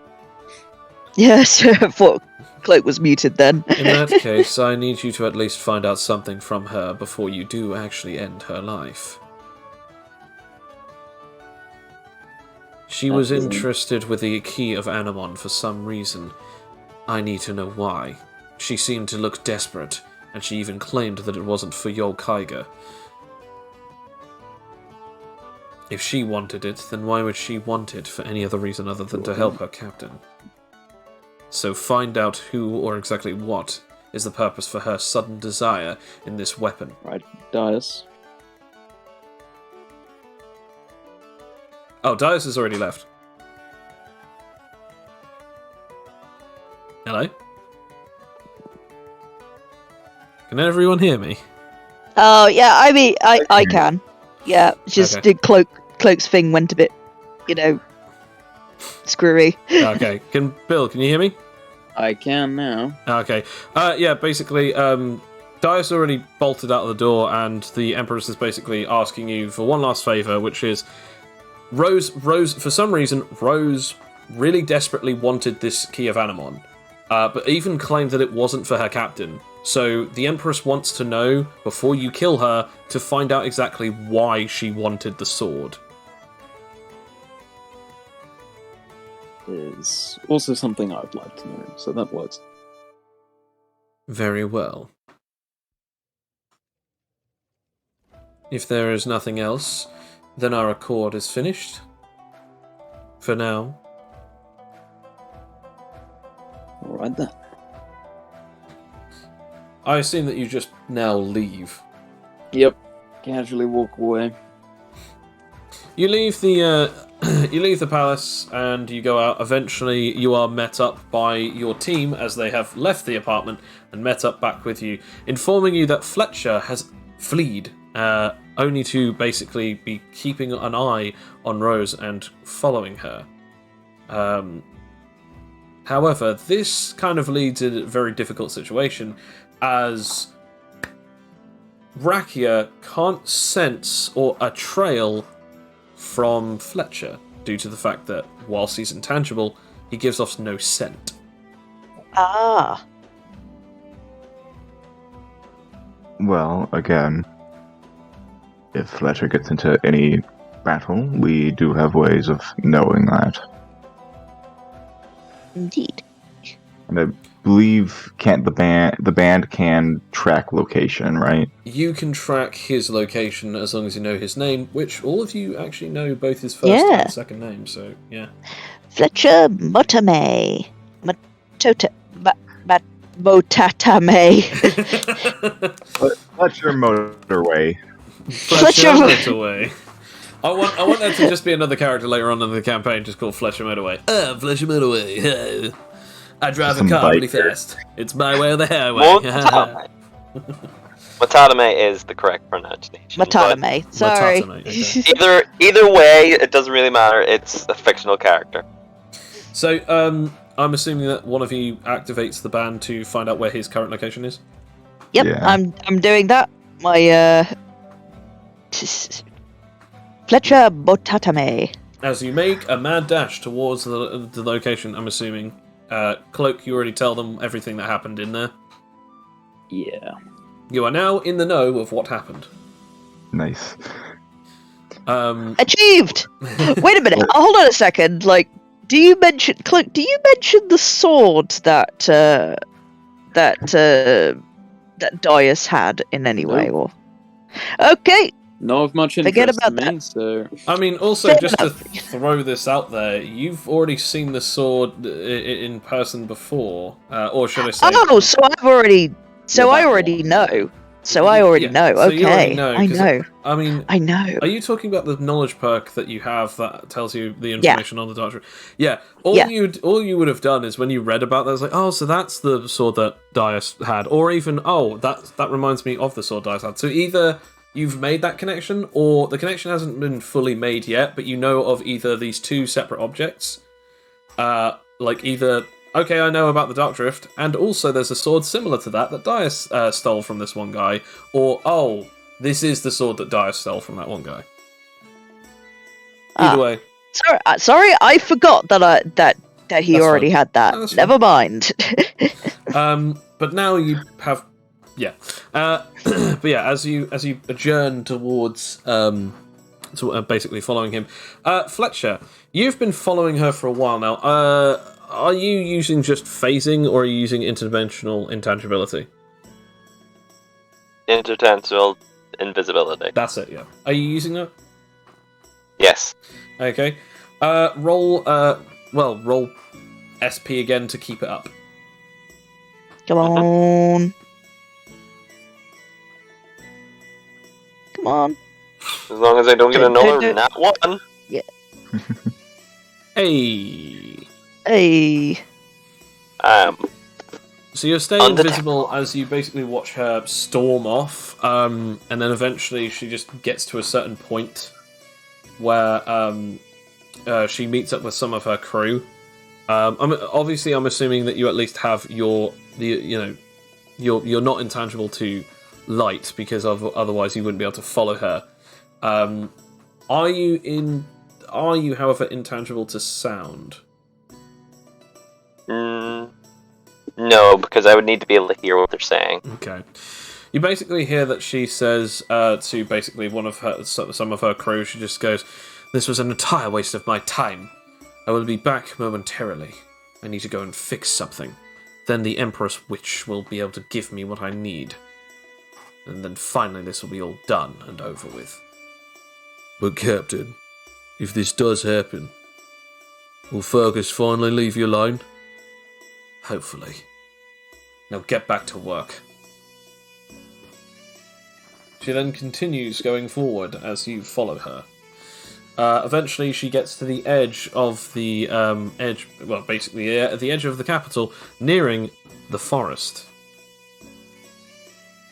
Roll me yet again, as it has been plenty of time to keep up your ability. Come on. Come on. Believe in you, Fletcher. Yay! As you continue to be invisible and intangible to any particular problems you come across, she eventually seemingly does something very strange.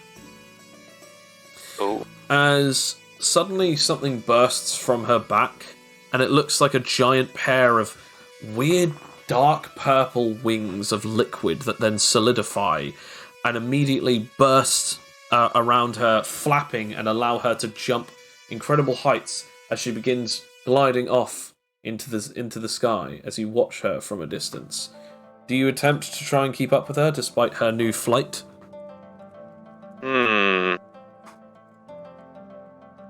Yes, but could I activate the other strenuous form I have?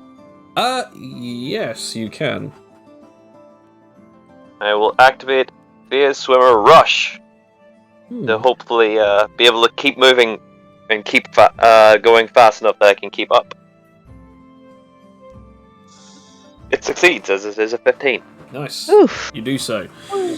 As you start I was close. phasing through stuff and you keep watch, eventually you have to get a little bit further up to basically keep, basically not only it's less about keeping up after a certain point, and it's more about just keeping watch on her. This goes on for quite some time. You keep the abilities going alongside her. It is a very great strain to continue doing so. This goes on for about almost 2 kilometers until eventually you notice that she begins gliding down, and the wings basically eventually start basically shrinking until eventually you see with your own eyes a horrible pit, a mass of purple ooze and dying and decrepit and practically sludge of what would have been an area that you were pretty much assuming is the town that was once there. Just a crater of sludge and decrepit forest. Oh. She eventually glides back down, the wings disappear from her back as she lands in the middle of this horrible mass of disgusting poison.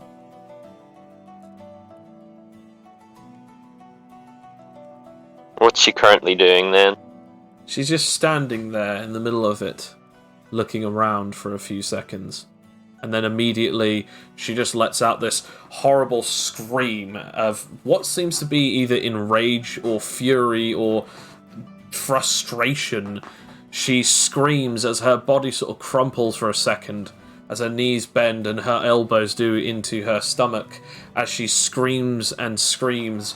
And you can feel, well, not feel, but you can see the sludge, this purple ooze all over this stuff, shakes and quivers around her as it begins to start moving and even start making horribly large arches that go up tens and tens of meters and eventually bring down back over and loop all the way down into her as they go into her back.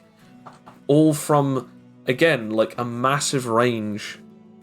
And then finally, when she stops screaming, all of the poison slashes and just splats down all over the ground. Again, this place is just completely ruined. Roll me for interdimensional and invisibility.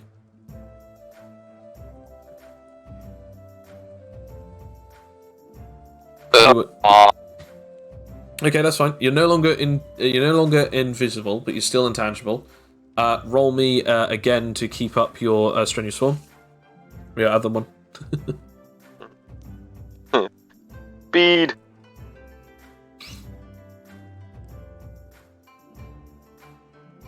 Oh, that's 1 and 20. Okay, that's just the whole different ends of the spectrum. So, just for the sake of levity, I did not make you roll because I wanted to have it that it's maxed out. I'm going to say that it was that you were doing this for about almost 20 to 24 minutes. So basically, you won't be able to use interdimensional invisibility for another day. Understandable. At this point, I want to point out it is now nighttime. As the moon is shining across everything.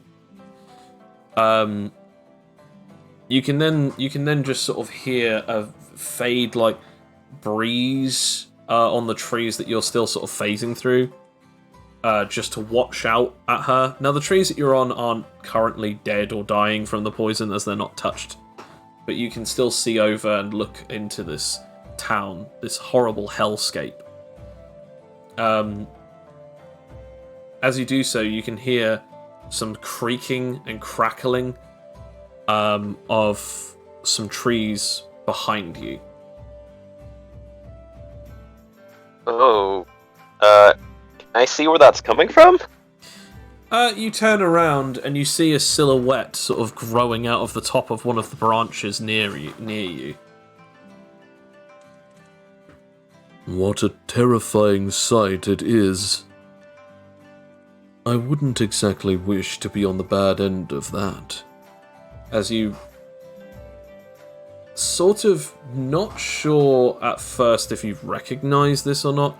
I have a question. Did you ever meet face to face with a wooden mask man in a tuxedo.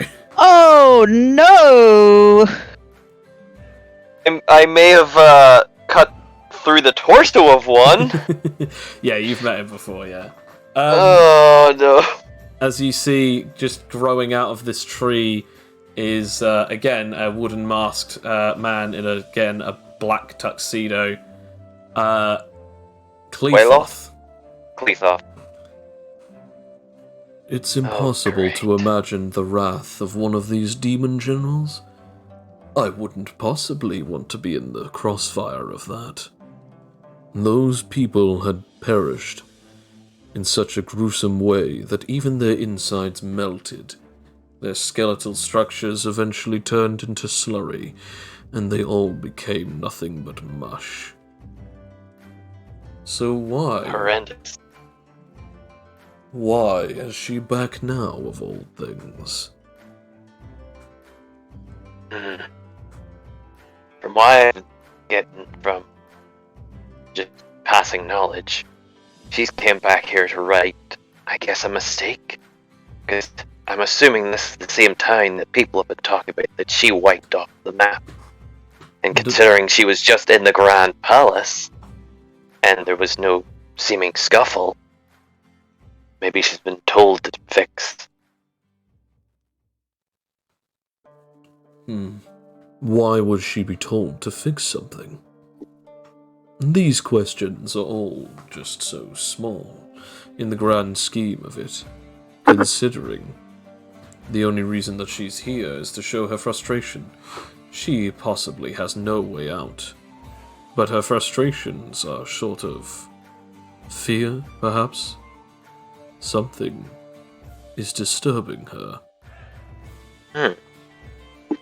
What makes you say that?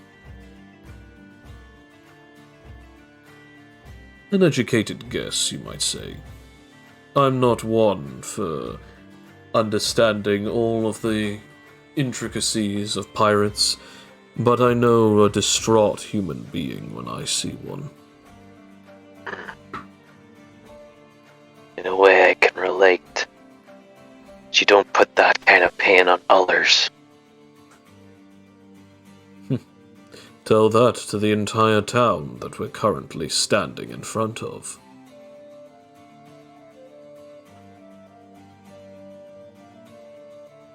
So, Fletcher, if I may be so bold as to ask why exactly you're following her. Well, she is, like you say, one of the demon generals.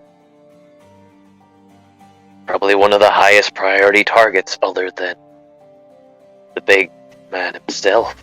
Of course, the tournament. You want to take on the strongest creature in the world, so, of course, instead of doing so, you want to work up to him.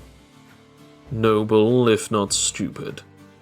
I've also heard that a certain person just happened to try and one-on-one him, and it didn't go well. I've also heard that there are at least 2 champions on this island, and I'm pretty sure I know which one of them is going to go after him. It's kind of obvious when you think about it, the way he acts. However, I am not here for idle chit-chat. As you already know, I cannot harm you, and also you with me. So we're at a stalemate. I mean, that's why we're even having this conversation. But idle chit-chat does tend to enrich the soul. You can talk philosophy all you want, but at the end of the day, we're still here, and of course, we should perhaps talk about what exactly is going on. Have you heard of a man named Fergus? As we now come back to Anarche. Anarche, you have now flown in, grabbed all of the people that you can, and chucked them into your pocket dimension. Is that what you were planning to do? Yep. Cool, you have done it. Now that you have done so, what would you like to do? I fly back out of the cave. Fair enough. And I dramatically... Wait, what is the time of day in my area? For you, it is morning. Okay. You are technically a little bit of time ahead of these guys. So the sun is like kind of just rising. Yes. I'm going to dramatically float over the prison as the sun is rising up. As you do so, a new day, a new dawn is creaking in, and as the light begins to shine above you, people wonder what the heck that is that they see as they turn around and they begin to see you floating above them. Now, where should I start? As you then hear the warden walking in. What is your sorry excuses for asses doing now? I said I do not and will not understand any of you. I will give you 10,000 lashes. Yes. He then sees one of the prisoners pointing upwards. What's wrong with your arm, boy? And then puts his... As I do this, I'm gonna transform into my willpower variant of this.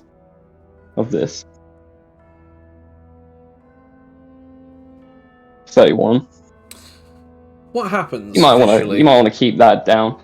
As that happens, you see a new form of energy, sort of one more less white and more just sort of clear. I guess the only reason you can kind of see it now is because the way the light is sort of shining on him. Mm. And as he lifts his hands up, he'll go, well, I guess I'll start by doing this, as I'm going to use the technique that the Emperor taught me, my variant. Ah, okay. And I'm going to make it that it targets none of the slaves and only the guards. Okay. Oh boy. So, I shoot an orb into the sky as it disappears into the clouds. You start seeing light, multiple spots suddenly appearing, as suddenly almost arrows of light start raining down onto the prison. Okay. As you do this, the light begins to rain. So are you hitting all of the guards, including the warden, yeah? Yes. Roll damage. Alright. Which I'm So assuming technically, is a lot more than it normally is. yes. It is... Yes, it is 8d6s plus 8.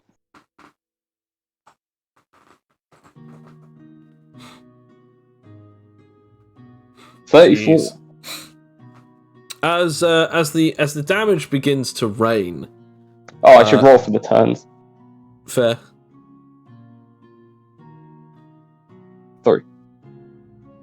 As the damage begins to rain, like the light just continues raining upon them and dealing damage.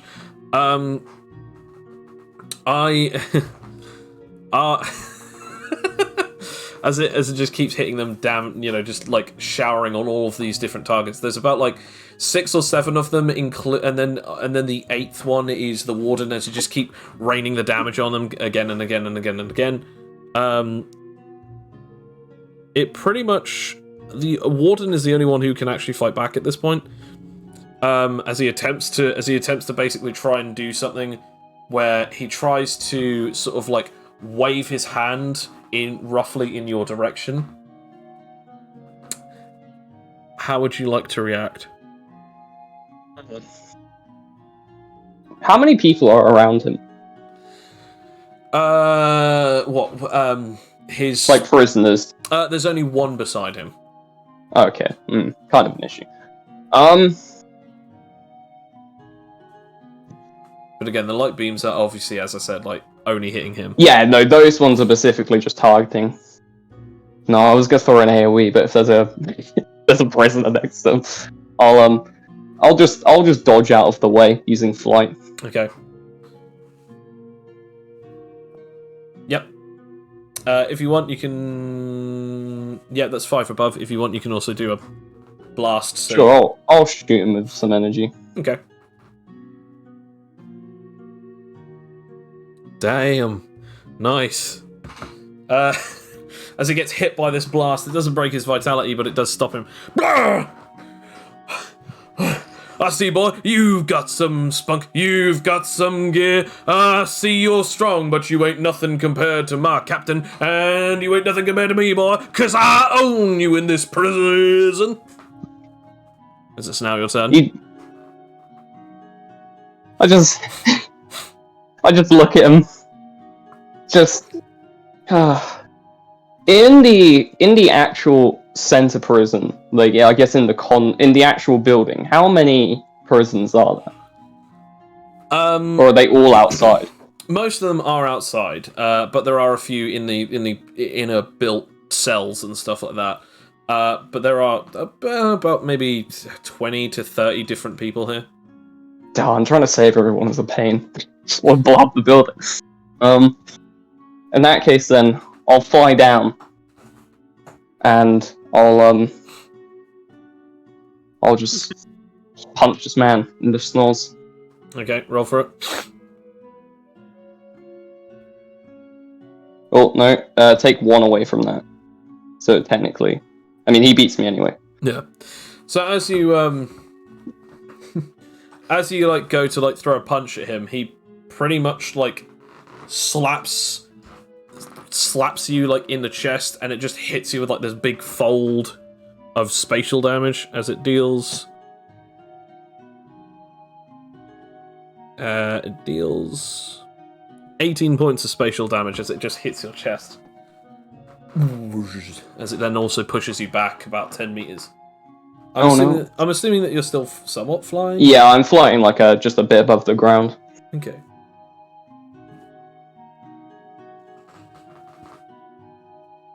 See what I said, Anarche? I said that I'd hold you. I said that I'd own you. And I meant it, boy. 2 more minutes. That's how long that's going to continue as I point up to the sky. I also just realised you need to roll the damage as well for the brain as well. Oh yeah. Yeah. Forgot about that. 44. Nice. And since it's your turn again, you might as well roll it again. Yep. What? Just the damage? Yeah, roll the damage. Yeah. Oh, okay. 35. Oh my god. Damn. So. You and okay, you scary. Oh yeah, like he never wasn't scary. Let's be honest.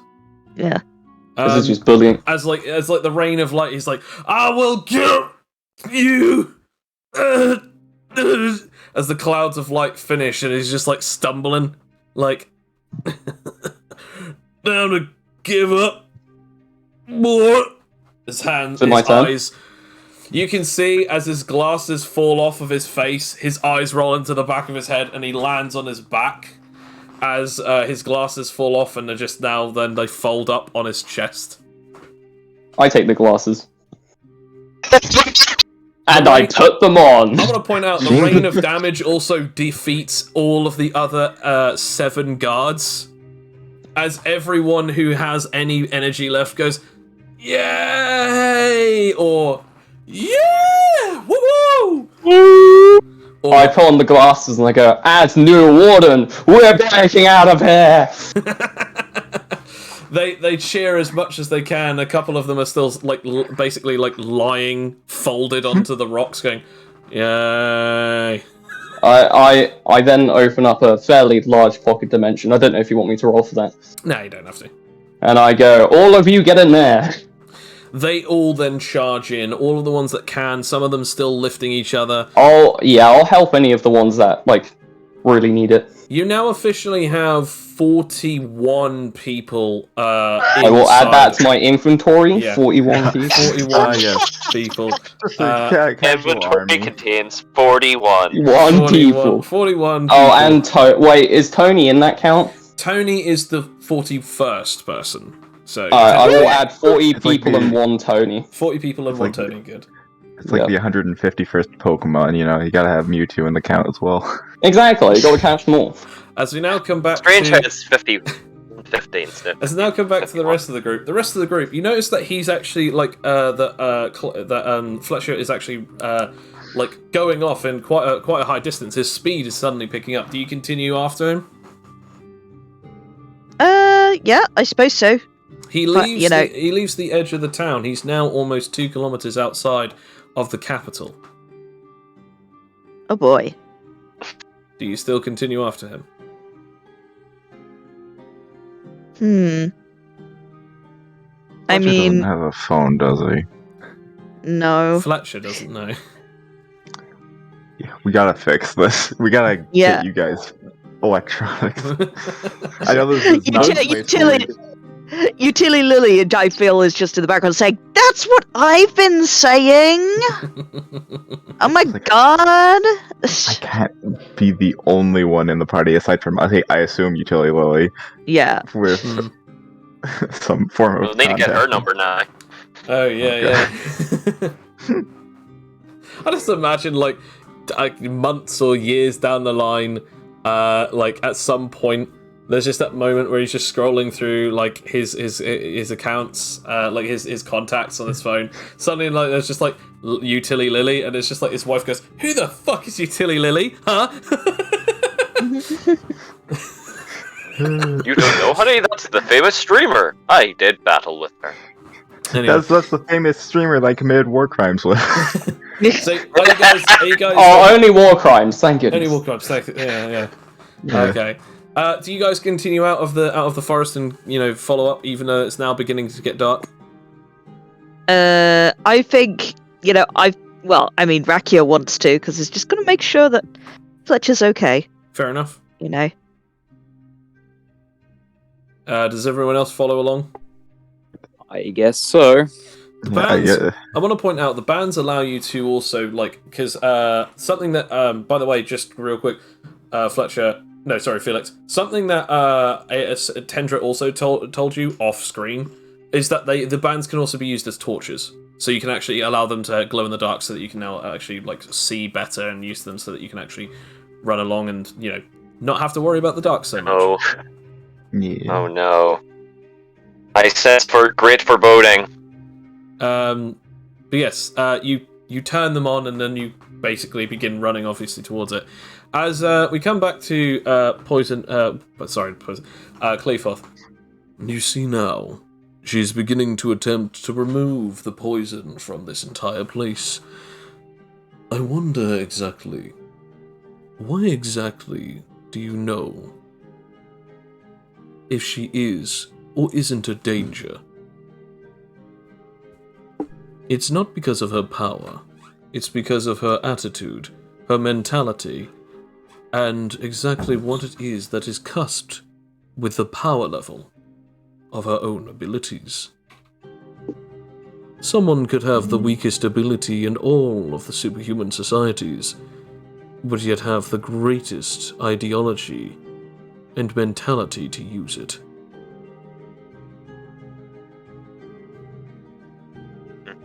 That is true. But what guides us is morals. Morality is just pathetic guidelines.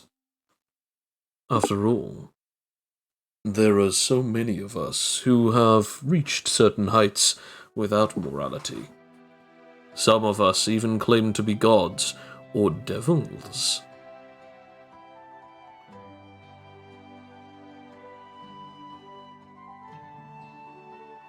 Well, those who claim themselves to be higher beings forget what made them true to themselves to begin with. They weren't always such powerful beings. I couldn't agree more. And that is exactly why I think I know who exactly she is so afraid of. Oh. Do you mind, letting me get the know? Do you remember what I asked you? Fergus. Roll Do me not a world knowledge.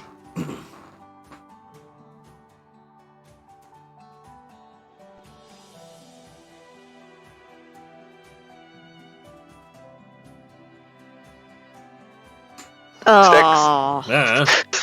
Never heard that name in your life. I think I knew a Ferguson back in Iris City, but I don't think it's the same person you're talking. It's funny, considering that there are many people with the same names.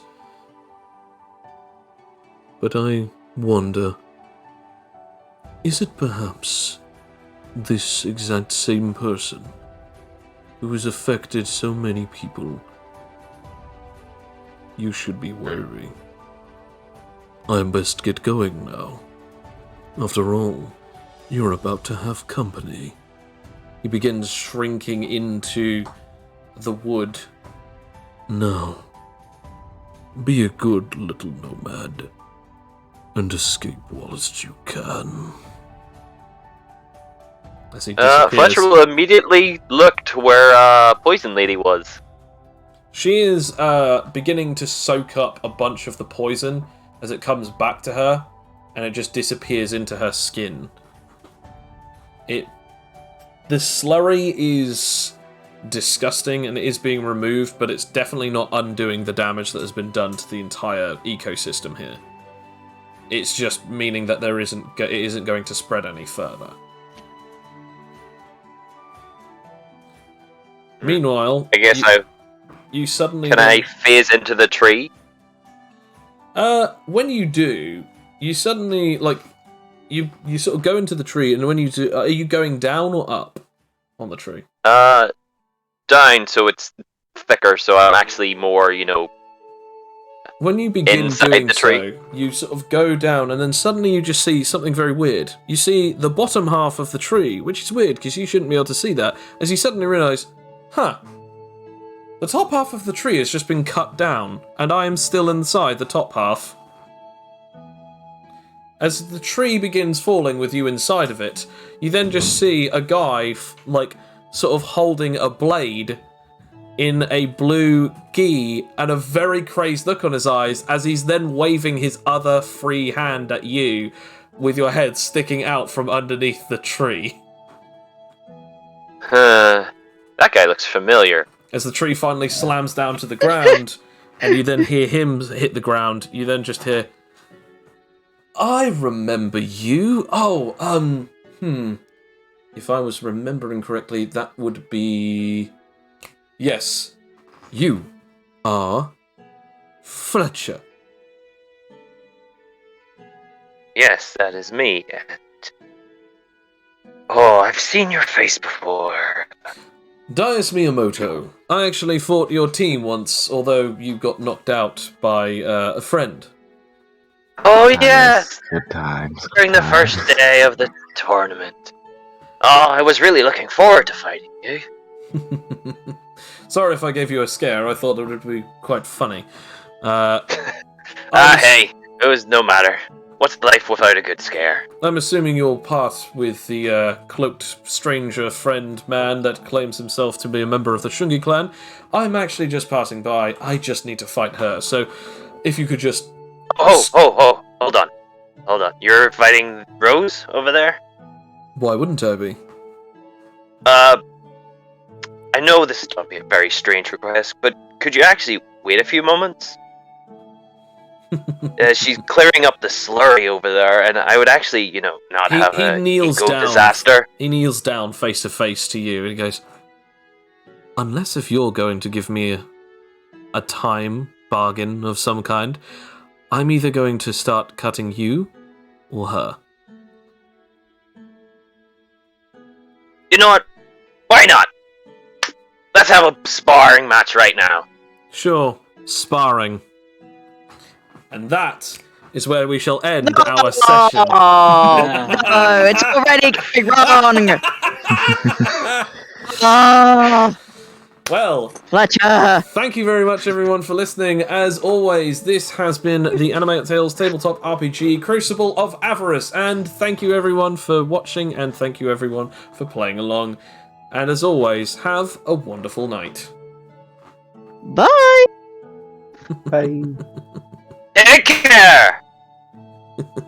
Ciao, ciao.